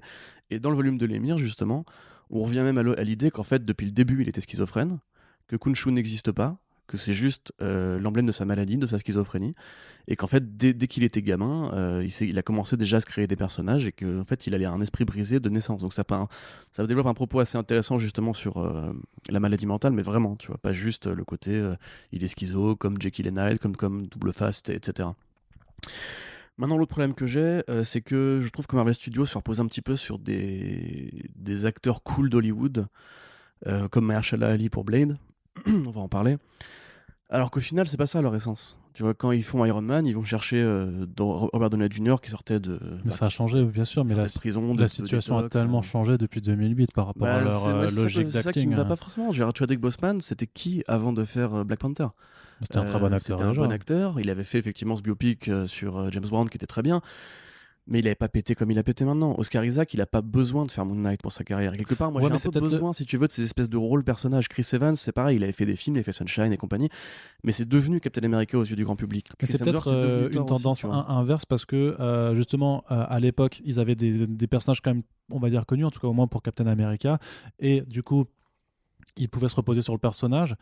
Oui, en amenant des petits acteurs. Là, c'est la tendance inverse, c'est-à-dire que Moon Knight, même si nous, on est tous des fanzouz dans ce podcast, enfin on est deux, mais on connaît Moon Knight, mais par contre, le grand public ne le connaît pas. Il y a besoin d'un acteur avec un nom pour pouvoir le faire découvrir. Bien sûr. Après, tu veux... J'ai l'impression d'être un peu un enfant gâté là quand je dis justement Oscar Isaac, c'est pas. Ouais, t'es vraiment un enfant gâté. Tu sais que nous à Noël on avait des oranges, hein, donc vraiment. Bien sûr, je sais, en Alsace, avec Santa Claus, Saint-Nicolas. Non mais c'est vrai que je me dis, tu vois, est-ce qu'il y a 15 ans on aurait dit il y a une série Moon Knight qui arrive, c'est Oscar Isaac. Bon après on savait pas qui était Oscar Isaac il y a 15 ans, mais l'équivalent de l'époque d'Oscar Isaac, évidemment j'aurais été saucé. C'est juste que j'ai encore un petit peu le deuil de l'esprit Marvel Television Netflix, tu vois. Je me dis Charlie Cox, c'était pas un débutant, mais c'était pas encore le mec, tu vois. Quand il a pris Daredevil, qui est mon personnage préféré de chez Marvel, très clairement, j'étais vraiment comme un gamin, quoi. J'ai vraiment découvert l'acteur. T'avais 20 ans, quoi. Que j'avais un peu déjà vu dans Band of Empire, mais j'ai découvert un acteur qui était véritablement Matt Murdock. Ce que tu veux dire, en fait, c'est que tu as déjà trop de Oscar Isaac avec d'autres personnages pour te dire que tu vas réussir à te le mettre dans la tête que c'est Moon Knight. Là, ça va être un Oscar Isaac.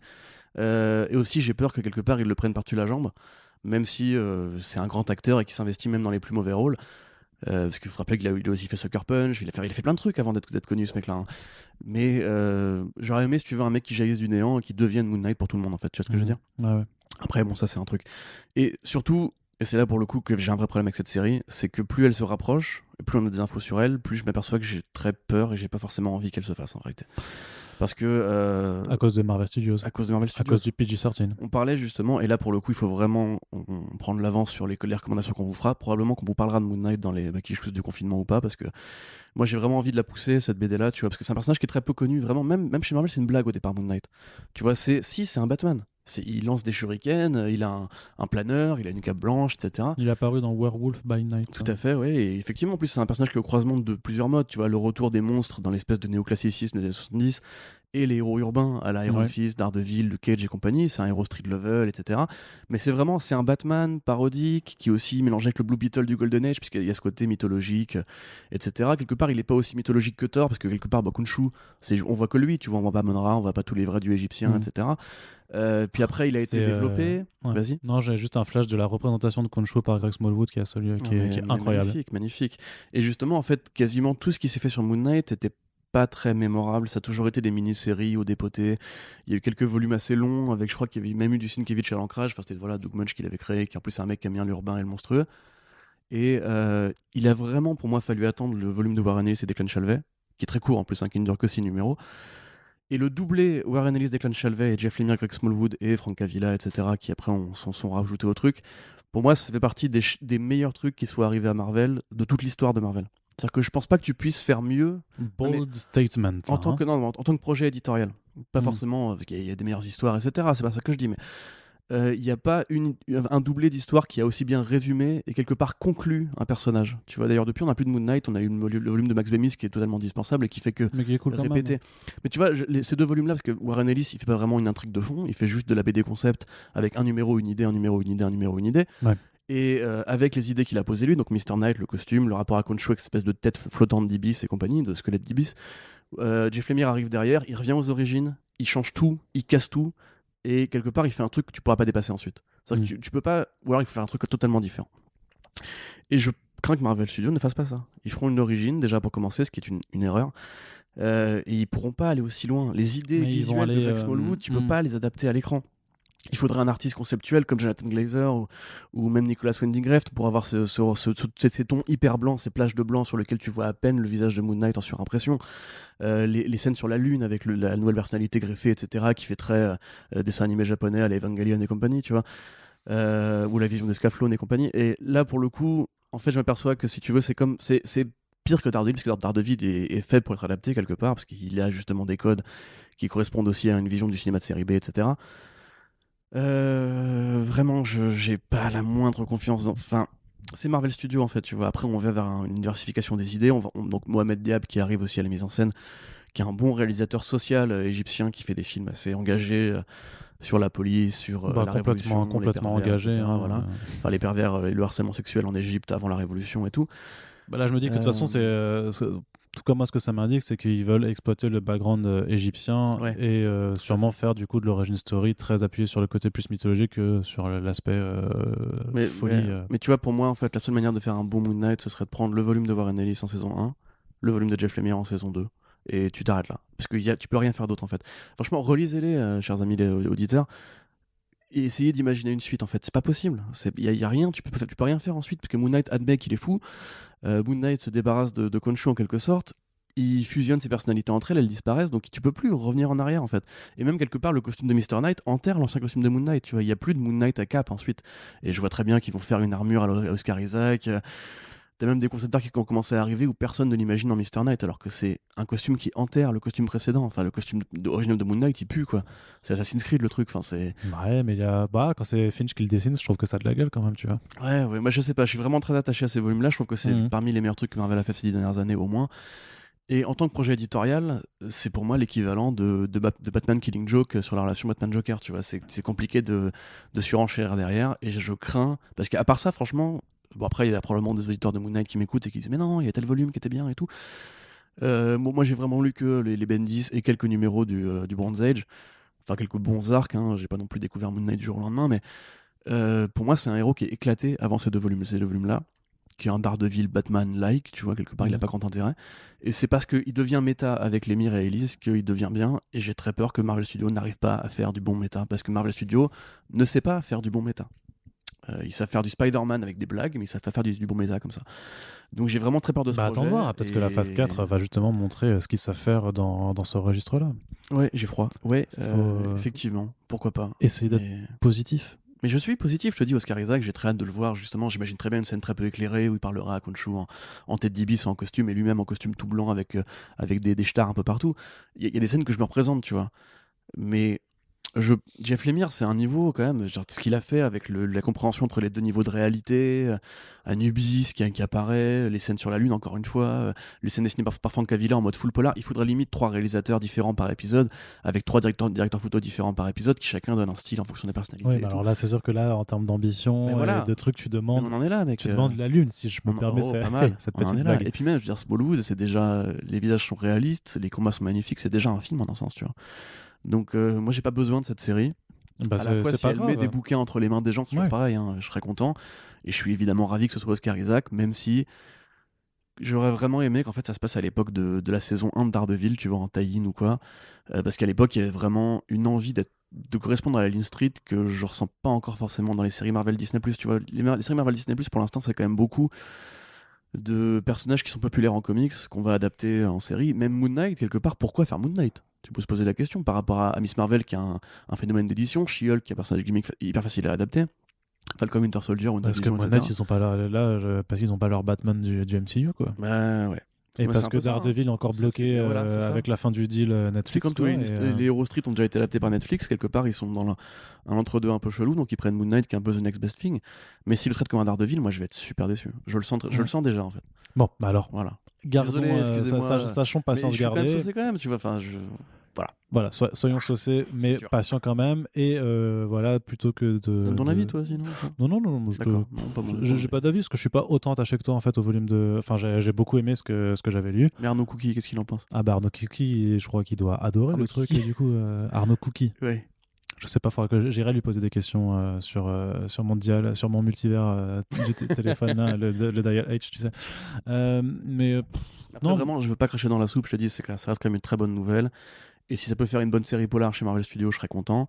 Bah c'est ça, c'est Mais- surtout l'enjeu primordial de toute façon de ces séries, c'est d'essayer de diversifier la forme. Oui, bien sûr. Et puis WandaVision a l'air un peu plus psychédélique qu'avant. Ouais. Quelque part, il ramène Doctor Strange, façon de sur Doctor Strange. Ça peut être une vraie belle surprise, mais en l'état actuel des choses, j'ai quand même envie de dire, déjà lisez ces 2 BD-là, qui sont vraiment de la très très bonne BD. Bah, là-dessus, je te rejoins. Eh ben, ça fait Là, plaisir. je n'ai pas d'autre chose Tant à mieux. ajouter. T'avais regardé Titan saison 2 ou pas? Non. D'accord. Enfin, Du j'ai coup, regardé un épisode. et t'as vu les photos juste qui sont sorties sur le look de Red Hood pour Titan saison Ouais, 3? ouais. Tu veux vraiment qu'on en... Parce que j'ai vu dans le programme, j'ai pas osé te dire, frère, je m'en bats les couilles. Mais... Bah, un petit tu avis. veux faire un petit monologue à Un ton tour, là petit avis. Non, moi je suis pas de monologue, moi. Tu sais. Un petit avis, bah voyons. Regarde. Comment dire c'est un peu cheapos, quoi. Ça fait un peu Rocksteady, je trouve, comme design. En moins Mais métallique. de ouf, de ouf. Mais bon, écoute. Après, le truc, c'est que si c'est le petit Robin auquel je pense, Bah, c'est Curran Walters qui Bah, jouait Jason Todd. il Et, est pas très bon comme acteur. Non, mais là, du coup, il aura un masque, donc ça oui, se ouais, verra c'est vrai. moins Plus besoin d'expression faciale, s'il t'as joue juste pas bien. à faire une grosse voix. Non, après, moi, ce qui Mais m'amusait Redwood, je suis juste. saoulé de Redwood en ce moment, de toute façon, là.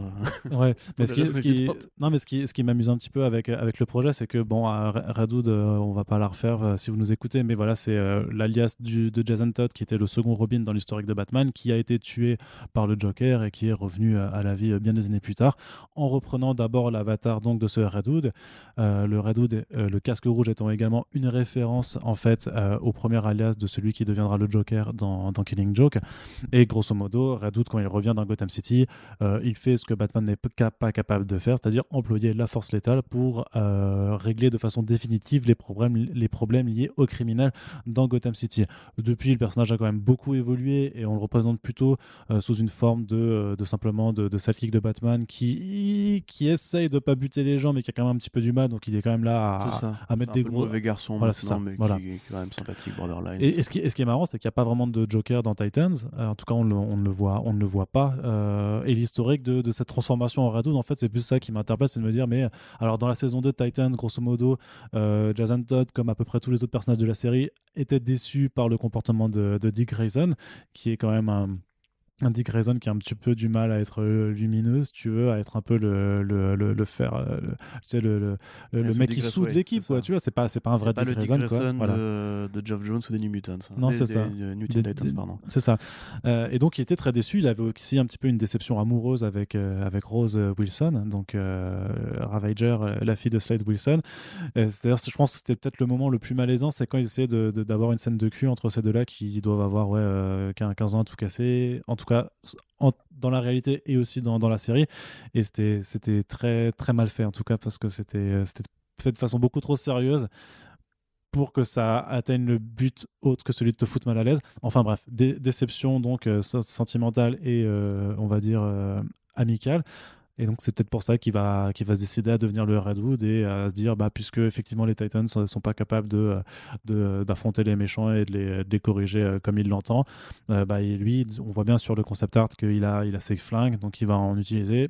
À voir si vraiment il utilise de force létale, si c'est des flingues qui tirent à balles réelles ou pas.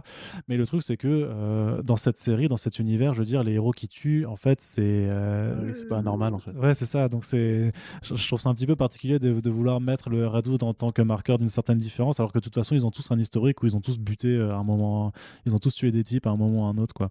Donc, ça, voilà, je trouve ça juste rigolo. Bon, bah écoute, je suis ravi que ça te fasse rire.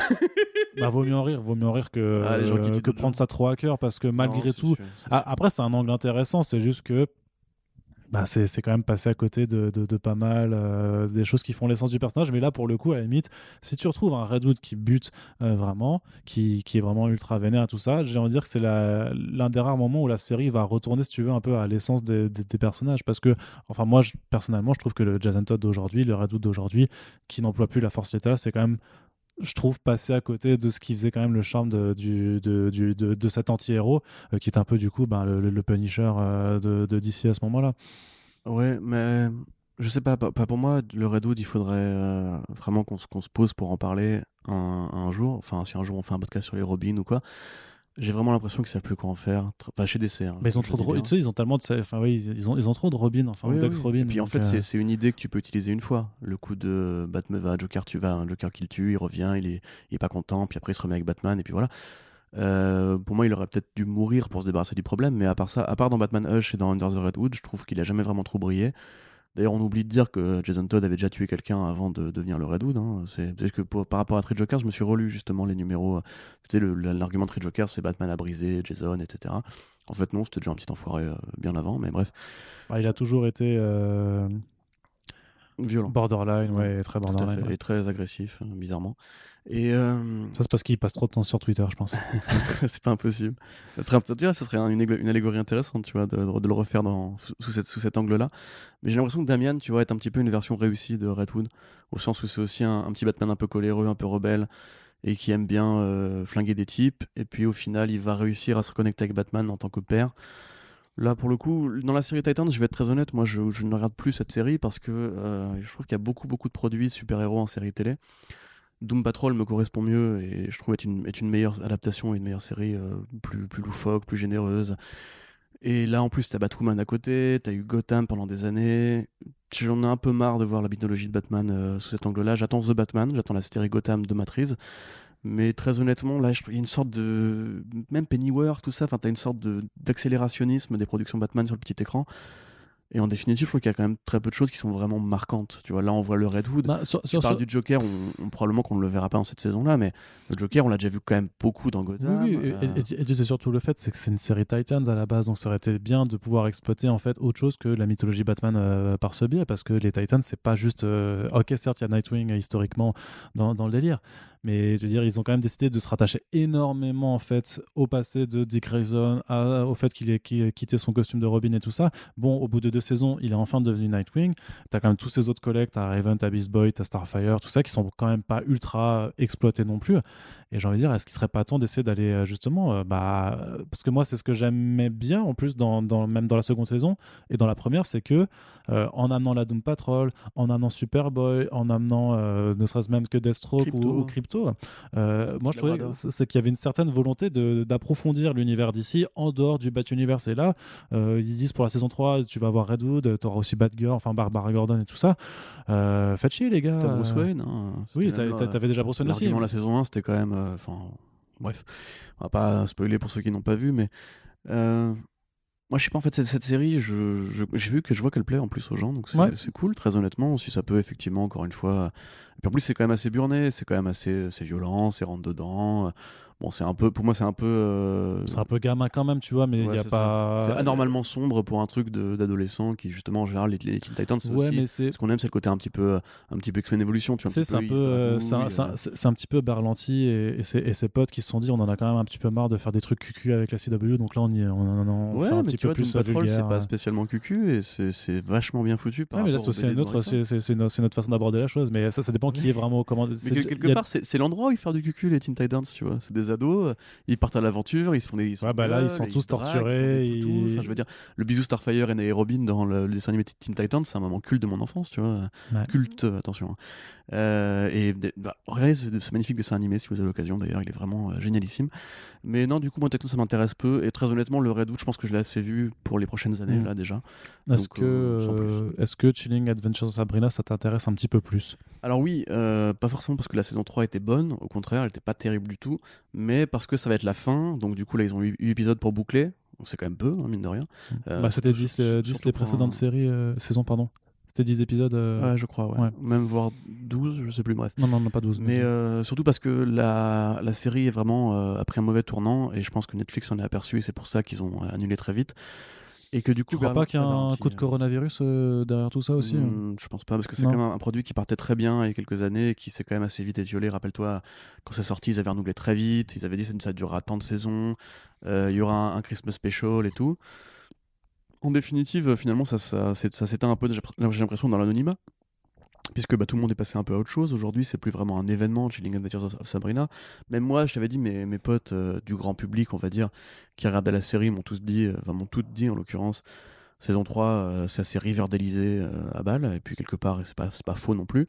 Donc là, je pense que Aguirre Sacasa va devoir revenir à l'élan de sérieux qui avait marché au début, sans musique, sans bizarrerie, sans dinguerie bizarre. Bon, Salem n'a pas encore parlé, donc je suis très en colère. Et Ouais. surtout, la perspective que ça s'arrête et que Katie qui n'ait pas marché, j'espère que ça va rappeler un petit peu à Roberto Aguirre Sacasa qu'il faut que comme Geoff Jones, hein, qu'il faut que ces gens-là arrêtent d'essayer de courtiser ou de mettre tous les œufs dans le panier adaptation en oubliant la bande dessinée qui nourrit l'imaginaire, qui permet de poser de nouvelles idées.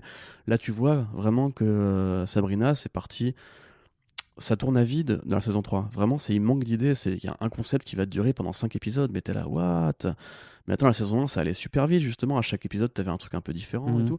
Que là, pour le coup, ça fait du surplace très vite parce que je pense simplement que le gars est sur trop de projets à la fois, a oublié un petit peu pourquoi il avait commencé à lancer ces séries-là au départ. Et donc, en fait, bah, bêtement, j'ai hâte que ça se termine parce que peut-être, naïvement, Ah. je me dis que Ah, il va terminer Afterlife with Archie et Chilling Adventures of Sabrina en comics, qui sont de bien meilleurs produits que Riverdale et la série Chilling Adventures. C'est tout ce que l'on souhaite. Voilà. Et par contre, si Salem ne parle pas dans la saison 4, ou alors si juste à la toute fin, il dit That's All Folks, tu vois, une connerie comme ça, je prends, j'allais dire mes DVD, non, c'est une série dématérialisée, je prends mon PC, je prends mon épisode dématérialisé. Casse pas ton PC, s'il te plaît. Non mais voilà, bref, c'est vraiment un coup manqué pour moi cette série, parce que ça partait vraiment bien, et en définitive, ça c'est vraiment... la courbe n'a fait que descendre, donc je suis quand même content que ça se termine justement, entre guillemets, raisonnablement, pas comme Riverdale qui continue à produire alors qu'il n'y a vraiment plus rien à dire, quitte à devenir un truc complètement barjot et série B, c'est ce qui rend aussi ce truc assez attachant. Il y a vraiment des fois où tu as envie que ça s'arrête, quoi. Tu vois, Arrow, ça aurait dû s'arrêter avant. Il y a plein de séries comme ça qui devraient s'arrêter un petit peu avant, que Berlanti justement ou Netflix ait eu la bonne idée de voir qu'il y avait un mur qui arrivait à l'horizon. Ça me rassure quelque part. Tu te dis que les mecs peuvent pas non plus faire n'importe quoi pendant des années, qu'on leur laisse des budgets illimités, quoi. Ouais. D'ailleurs, Chilling Adventures of Sabrina en comics, hein, c'est disponible chez Glénat, donc c'est bien. C'est vachement bien, dessiné par Robert Hack, c'est très très magnifique, c'est plus sérieux dans son approche de l'horreur et du mythe de la sorcière que la série, et on vous le recommande chaudement. On termine avec une petite partie cinéma. Alors juste un point, on avait parlé du reboot des Power Rangers dans le dernier front page, et on sait désormais qui va écrire le film, puisque donc le projet c'est vraiment de relancer les Power Rangers à la fois au cinéma et sur le petit écran. Et donc c'est Brian Edward Hill qui va écrire le reboot pour le cinéma, donc avec toujours Jonathan Entwistle qui s'occupe de chapeauter le truc, de réaliser la chose. Donc Brian Edward Hill, qui est bien connu des lecteurs de comics, c'est parce qu'il a fait pas mal de choses, de très bonnes choses, comme American Carnage chez Vertigo, titre largement passé sous le radar d'à peu près tout le monde, je pense. Pourtant, c'est dessiné par Leandro Fernandez, le dessinateur de The Old Guard, et c'est vraiment mortel, c'est hyper actuel en plus, toujours sur ça passe, c'est vraiment tu connais le pitch ou pas? Non, le pitch, c'est un peu comme Inconegro chez Dark Horse, mais grosso modo, c'est un Renoir qui est très très clair de peau, qui va s'infiltrer dans un groupuscule suprémaciste blanc pour faire une enquête, essayer de démanteler le réseau de l'intérieur. Et comme dans les vidéos YouTube qu'on adore, ça tourne mal. Et c'est violent, c'est très âpre, c'est très engagé aussi par rapport à ce que connaît la société. Très Très âpre, ouais. Très âpre, c'est quoi? Ça veut dire quoi? Âpre. Âpre, Ah, c'est c'est-à-dire. âpre. Ah, pardon, Oui. excuse-moi. Je me sais Non, quoi, c'est pas très âpre, âpre. Non, c'est âpre, mais j'ai fait la liaison Ok. puisqu'il y avait un S de règle de D'accord. français, grammatical. Tout ça. Ça roule.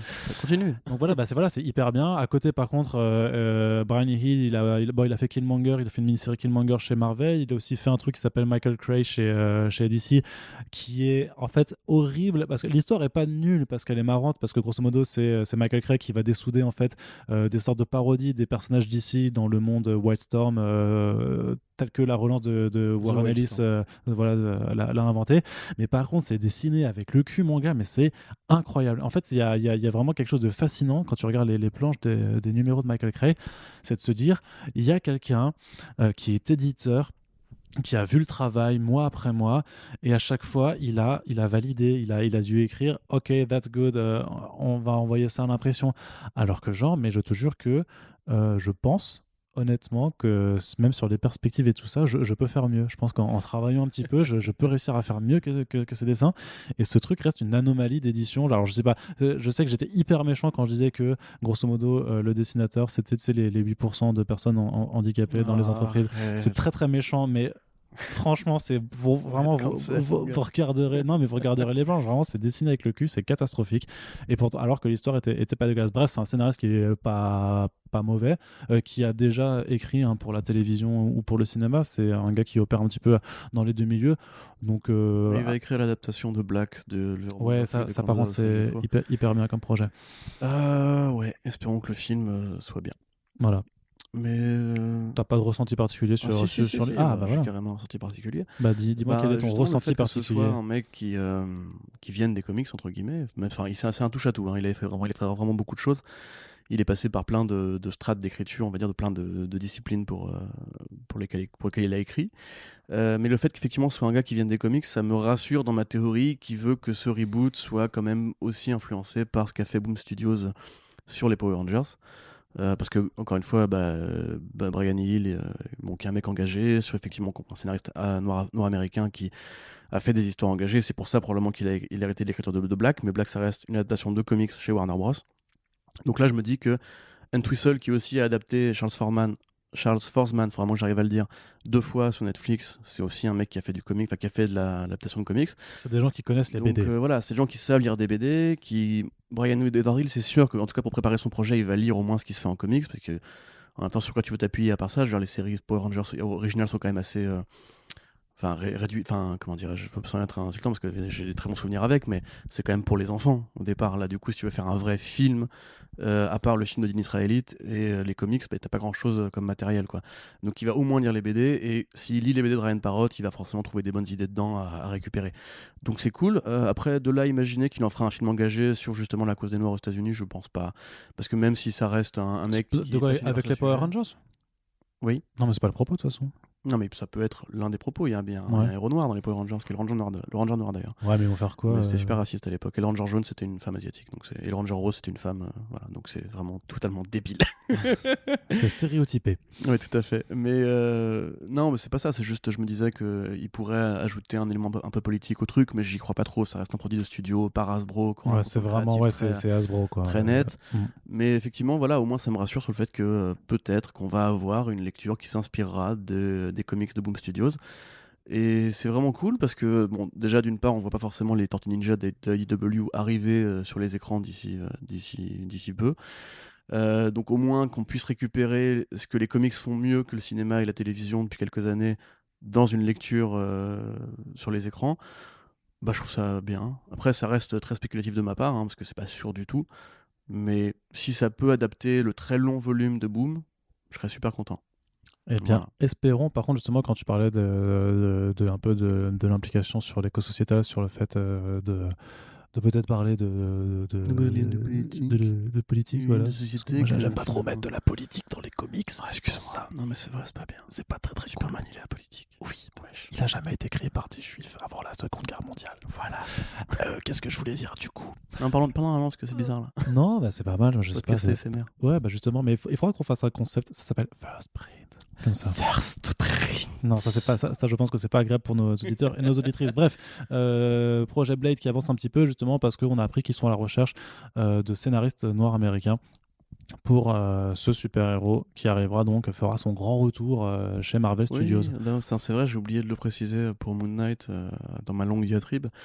Mohamed Diab, donc réalisateur égyptien pour Moon Knight, mais comme on l'avait dit aussi pour Kamala Khan, ils ont été chercher des réalisateurs belgo-arabes, ça se dit pas, enfin belges, mais qui se trouvent être eux aussi d'origine arabe, et une réalisatrice pakistanaise. Et là, du coup, on part sur le même sujet, dans la fameuse promesse qu'avait faite Kevin Feige de rendre plus authentique leur production en confiant à des gens plus proches des sujets qu'ils adaptent. Donc là, effectivement, des scénaristes nord-américains pour Blade, c'est cool. A priori, ce sera un film, donc. Oui, oui. Ouais, dommage, quoi, quand même. Bah, J'aurais bien vu une série, justement, qui aurait pu faire tie-in avec Moon Knight, éventuellement, puisque c'est un peu le même univers de monstres new-yorkais. il y a peut-être une réponse à se faire sur le projet. Tu sais pas si Moon Knight va pas intervenir en guest après Ouais, dans le film Blade. t'as pas tort, effectivement. Mais bon, bref. Cool. J'ai du mal à m'emballer pour le film Blade. Là, Mais c'est pas pareil, une c'est toujours, mais question, c'est aussi toujours la patte Marvel Studios, c'est-à-dire que tu dis Moon Knight et Blade, c'est quand même des héros assez violents, avec enfin, il y a quand même une importance, on va dire, un peu dans la brutalité de leurs actions. Blade, c'est un vampire en plus, et quand tu regardes les précédents films, les deux films qui existent, puisqu'il n'y a jamais eu de Blade Trinity, tu vois quand même que c'est Si, il y a bien, Blade Trinity, mec. que c'est bien que c'est vraiment sanglant, quoi. Et c'est vrai que tu t'imagines pas aujourd'hui, en 2020, tu te représentes pas à Marvel Studios faire un Blade comme l'ont été les premiers films. Et faire un Blade avec des vampires mais en PG-13, j'ai envie de dire, on va bien voir comment Sony Pictures fait son Morbius, mais pour moi, si tu fais un film avec un vampire et il n'y a pas de sang, c'est quand même un peu con. Tu vois. Et pourtant, c'est quand même vraiment des produits de studio, les deux premiers Blade. Même celui de Guillermo del Toro, quand tu regardes, c'est le Guillermo del Toro de Hellboy, de la fantasy grand public, on va dire. C'est quand même, c'était vénère quand même. Non, mais d'accord, je suis d'accord. Mais c'est pas la forme de l'eau, tu vois. C'était quand même. Franchement, revoyez-les. Hein, ça reste des bons films d'action des années 2000, mais qui ressemblent vachement justement à Hellboy, qui ressemblent vachement à cette espèce d'école de post-Buffy avec le Ouais, côté. mais je veux dire, t'avais on quand même. chasse des monstres, on fait des cons, on pète la gueule et tout. C'était grave graphique. C'était bien, je dis pas que c'était pas bien. Mais ce que je veux dire, si tu veux, c'est que c'est pas si compliqué de faire un bon Blade moderne.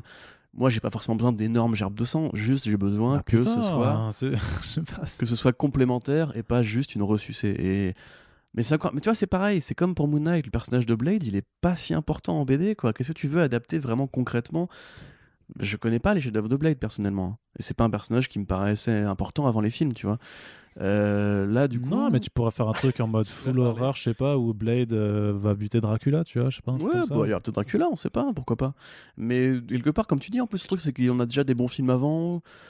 J'essaie de trouver un petit peu qu'est-ce qu'il pourrait faire d'original ou de vraiment intéressant de ce personnage, et j'avoue que ça ne me vient pas. Bah, pour moi, le seul truc Donc, intéressant qu'il pourrait faire, c'est ouvrir une ligne rated R de Marvel Studios en disant, bah voilà, Marvel Studios maintenant, ce sera pas que des trucs familiaux, mais il y aura aussi une branche plus adulte. Mais tu rêves. Bah oui. Tu rêves, petit. Mais Jamais de la vie. I had a dream. Non, c'est cool, mais moi, à part Mahershala Ali, pour l'instant, ce projet me paraît encore trop vaporeux pour avoir un avis dessus. Je dirais qu'effectivement, il faudra faire différent des deux premiers. Le premier qui était quand même très il est un peu brumeux. Pourquoi, non? Parce que la brume, les vampires, tout ça. La brume, les vampires. Ouais, c'est que les vampires sont capables de se transformer. brume, ouais. C'est pas drôle. Bah, un petit peu quand même. Mais t'avais l'air tellement heureux de ta Bah blague. ouais. Le Je sourire je disais merde, vaporeux, je peux pas faire de blagues et tout, mais brumeux, c'était pas mal. Mais effectivement, le premier pour moi, Blade, c'était un bon film de studio totalement perméable. Le deuxième, plus une lecture un peu plus tarée. Et le troisième qui n'existe pas. Là, j'ai vraiment, j'attends de voir la proposition, le synopsis, parce que si c'est vraiment juste Blade qui défouraille du vampire pendant 2 heures, vas-y, fais ta blague. Je veux dire, faudra pas que ce soit un projet qui batte de l'aile de chauve-souris. Voilà. Je voulais laisser un silence installé pour que les gens puissent te juger. Voilà. Mais ils me jugeront. Donc, du mal à m'emballer. D'accord. Du mal à m'emballer. Et toi, du mal à t'emballer? Non, Tu oui. cherches à emballer le cercueil. Ouais, non, j'essaie de je sais pas, trouver voilà. des autres jeux de mots parce qu'on a besoin de rire en Mais cette oui, période, c'est tu vois. sûr. Alors c'est vrai qu'il faudrait C'est laisser sûr. ça, il faudrait laisser l'humour aux professionnels, je suis d'accord. Du coup, j'annonce que je renonce à ma carrière d'humoriste. Merci mon Dieu. Qu'est-ce que je veux dire? Non, j'ai du mal à m'emballer aussi, clairement. Mais vraiment, moi, je suis un peu je suis complètement obsessionnel là-dessus. C'est-à-dire que pour moi, c'est un vampire, il faut du sang. Et Marvel Studios fait pas de sang dans ses productions. Donc ça reste vraiment, avant même d'avoir un acteur, un scénariste et tout ça, je voudrais juste une orientation vraiment, genre, pour quel type de public en fait ce film va être produit. Et si c'est pour faire Blade le gentil vampire pour un public familial, j'ai envie de dire allez niquer vos darons s'il vous plaît. Voilà.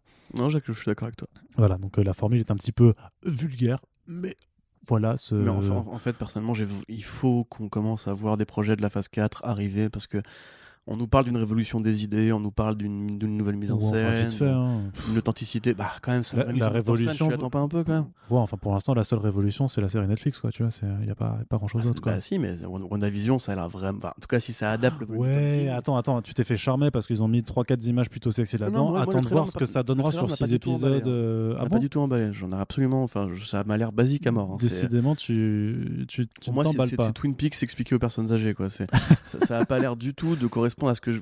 Le volume de Tom King, il est beau graphiquement, ce que je vois de la série. Alors oui, ça a l'air d'aller plus loin en termes de folie, mais ça a pas l'air aussi esthétique que ce que je voudrais. Et c'est pour ça, encore une Mais fois, tu es Moon Knight, trop l'esthétique de Greg Smallwood. exigeant. Non, je lis des BD qui sont bien dessinés. J'aimerais des films qui sont bien réalisés. C'est tout. C'est aussi simple que ça. Trop Euh, exigeant. Captain America de Johnson, c'était bien foutu. Les Russo sur Winter Soldier, c'était bien foutu. James Gunn sur Les Gardiens, c'était bien foutu. C'est bien que tu parles J'aimerais que bien. de films qui datent d'il y a 6 ans ou plus. Bah, c'est pas de ma faute si depuis les mecs ont mis la même photographie partout, tu vois.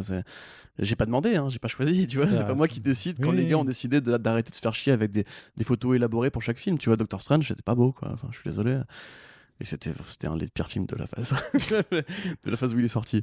Mais bref, tout ça pour en revenir au truc. Ça, c'est la honte-manisation de Marvel Studios, moi, qui me Oh fait là peur. là. Allez. Et du coup, j'aimerais vraiment. J'essaie de faire un truc plus optimiste, là. Ouais. J'aimerais vraiment voir un film de la phase 4, être convaincu et pouvoir avoir à nouveau foi en Marvel Studios. Black Widow, mec. Parce que si Thor Ragnarok, c'était plutôt joli. Mais même là, il y avait quand même des caches-poussières au niveau du budget, quoi. Oui, et puis Ragnarok, c'est clairement un film qui divise encore beaucoup les gens sur l'approche. Je comprends pas pourquoi, moi, du coup, parce que Thor n'est pas un personnage comique. Bah oui, mais bon, ça, il faut qu'on renonce à l'idée qu'on aura un jour le vrai Thor. Mais non, mais voilà, tu vois, toi tu dis, ouais, je lis des BD de bonne qualité, donc j'ai le droit d'exiger des films bien réalisés. Mais pareil, il y a des gens qui disent, j'aime le Thor des comics qui est sérieux, donc j'ai le droit d'exiger un Thor sérieux. Je suis d'accord avec toi. Tu Maintenant, vois. là, si tu veux, c'est plus sur la base de le Thor 1 était foiré, le Thor 2 était foiré, le Thor 3 s'assume comme une bonne comédie. Donc, entre guillemets, quand tu vois, c'est comme le. T'as pas un truc avec un sandwich au caca pour expliquer ça, tu vois, genre. Sandwich au caca une fois, sandwich au caca deux fois, après on te fait un sandwich à la mort, tu te dis finalement ça a pas le goût, tu vois. Ouais, mais sauf que c'est du nivellement par le bas toujours. Non, Quoi. mais non, pour moi Mais c'est vrai que quand tu t'enfiles deux sandwichs au caca et que tu trouves avec un jambon beurre basique, mais au moins c'est du jambon beurre, oui, bah tu non, puis c'est un t'apprécies. jambon beurre qui t'a pas promis de faire autre chose que de te faire marrer, donc moi ça m'a fait marrer. Ok. Bref, dernière news ciné pour conclure ce podcast. Pas de reshoot pour The Suicide Squad qui apparemment a convaincu Warner Bros immédiatement. Ce qui est toujours encore important parce qu'on n'est toujours pas passé, je pense, dans la phase où reshoot chez Warner, tu fais un peu une sonnette d'alarme en disant merde, alors qu'en fait c'est intégré quand même dans le processus de production de tous les blockbusters. Marvel Studios le fait, Sony Pictures le fait, Feu, la 20th Century Fox le faisait aussi. Sauf que chez eux aussi, ça a été un petit peu difficile pour les derniers films concernés. Mais apparemment, voilà, c'est un peu de ce qui ressort de Empire Magazine, de ses interviews, c'est qu'il dit vraiment j'ai eu carte blanche pour faire ce que je voulais, pour tuer à peu près n'importe qui, et j'insiste n'importe qui, c'est-à-dire que bon, grosso modo, c'est Captain Boomerang qui va crever, quoi, enfin, je pense, grosso modo. Ah tiens, j'aurais pas dit lui, moi. Mais si, mais j'aurais dit Armful of Boy. C'est lui qui peut s'arracher les bras et les jeter à la gueule des mecs. C'est nul comme pouvoir. Non, mais il y en a plein qui vont crever, mais je pense que quand il essaie de faire un peu genre, vraiment, vous savez pas qui va vivre, va mourir, on se doute qu'il y a quand même des gros stars qui vont crever. T'as un pronostic ? Pronostic pour moi. Moi, en survivant. Harley, forcément. Harley et Bloodsport, quoi. Peacemaker, Bloodsport, Polka Dot Man et Ratcatcher, puisque c'est les 4 qui avaient été annoncés par Collider au début. Il y avait la fameuse shortlist qu'il avait dit non, c'est pas vrai, en fait, tout a été vrai. Et là, du coup, sur les photos d'Empire, tu vois qu'il y a ce groupe-là sur une scène et le groupe qui est dans l'hélicoptère. Et pour moi, dans l'hélicoptère, personne n'est sûr de survivre à la fin. Ouais. Weasel, je pense qu'il va. Enfin, le rat, je pense qu'il va survivre. Ouais, Parce que King Shark aussi, il faut garder des mascottes animales un peu. Puis d'ordinaire, James Gunn, tu passes son frère dans ses films. Donc, Enfin, voilà, mais du coup, c'est quand même une bonne chose de se dire que. Mais en fait, je viens de dire, le film, sortez-le, quoi, tu vois. C'est clair. Enfin, bon, il faut qu'il fasse la post-prod, mais non, faut qu'il fasse la. Parce que, en fait, là, ce qu'il a dit, c'est que le film il était locked, grosso modo, enfin, c'était lâche le terme, c'est-à-dire que, en gros, il est complet, on n'y touche plus, sauf pour finaliser les derniers effets spéciaux. C'est-à-dire qu'ils peuvent modifier des petits passages, mais c'est vraiment juste pour finaliser les FX. Mais grosso modo, donc, pas de reshoot au programme, c'est-à-dire qu'il va être fini bien avant août prochain. Bande-annonce en début d'année, du coup. Ben peut-être, ouais, je ne sais pas. Bah là, comme dit, le fait qu'il y a une issue spéciale de Empire Magazine, je me disais qu'un trailer en fin d'année pour accompagner la sortie de Wonder Woman 84, LOL, qui ne sortira pas en fin d'année, mais tu vois, je me dis. Peut-être que si. Pour l'instant, ils maintiennent. Hein, pour l'instant, ils maintiennent. C'est ça, à force, ils vont en avoir marre de le repousser quand même. Bah oui, mais après, la réalité, c'est que économiquement, s'ils le sortent et que ça peut faire que 20 millions parce qu'il n'y a toujours pas assez de cinéma aux États-Unis et qu'en plus, c'est fermé en France et dans le reste du monde, je sais bien, mais bon, après, quelle est la solution, tu vois? moi, je l'ai pas. Hein. Moi non plus. Donc, en tout cas, au moins, une bande-annonce, ça coûte pas, ça mange pas de pain. Au moins, tu veux que les gens continuent d'être enjaillés parce que j'ai l'impression que tout le monde a l'air plus ou moins de l'attendre. Non, oui, je te vois, je crois, je sais pas. Je sais pas, je t'avoue qu'au niveau des réactions, il y en a encore qui découvrent un peu l'aspect cheapos des costumes qui est quand même plutôt volontaire. Sur le fandom, ça avait bien marché. Non, mais je te dis, dans les derniers articles que j'ai fait, il y a encore qui font mais c'est quoi ces costumes machin truc, mais c'est fait exprès. Bah oui, c'est ça, oui, mais t'essaies de le dire, t'as fait les gars, ça fait quand même 8 mois qu'on sait que c'est volontaire en fait. Un mec qui fait de la série B, et du coup, c'est des super vilains de série B, donc il les habille n'importe comment. Enfin, il en fait un style débile parce que c'est des vilains débiles.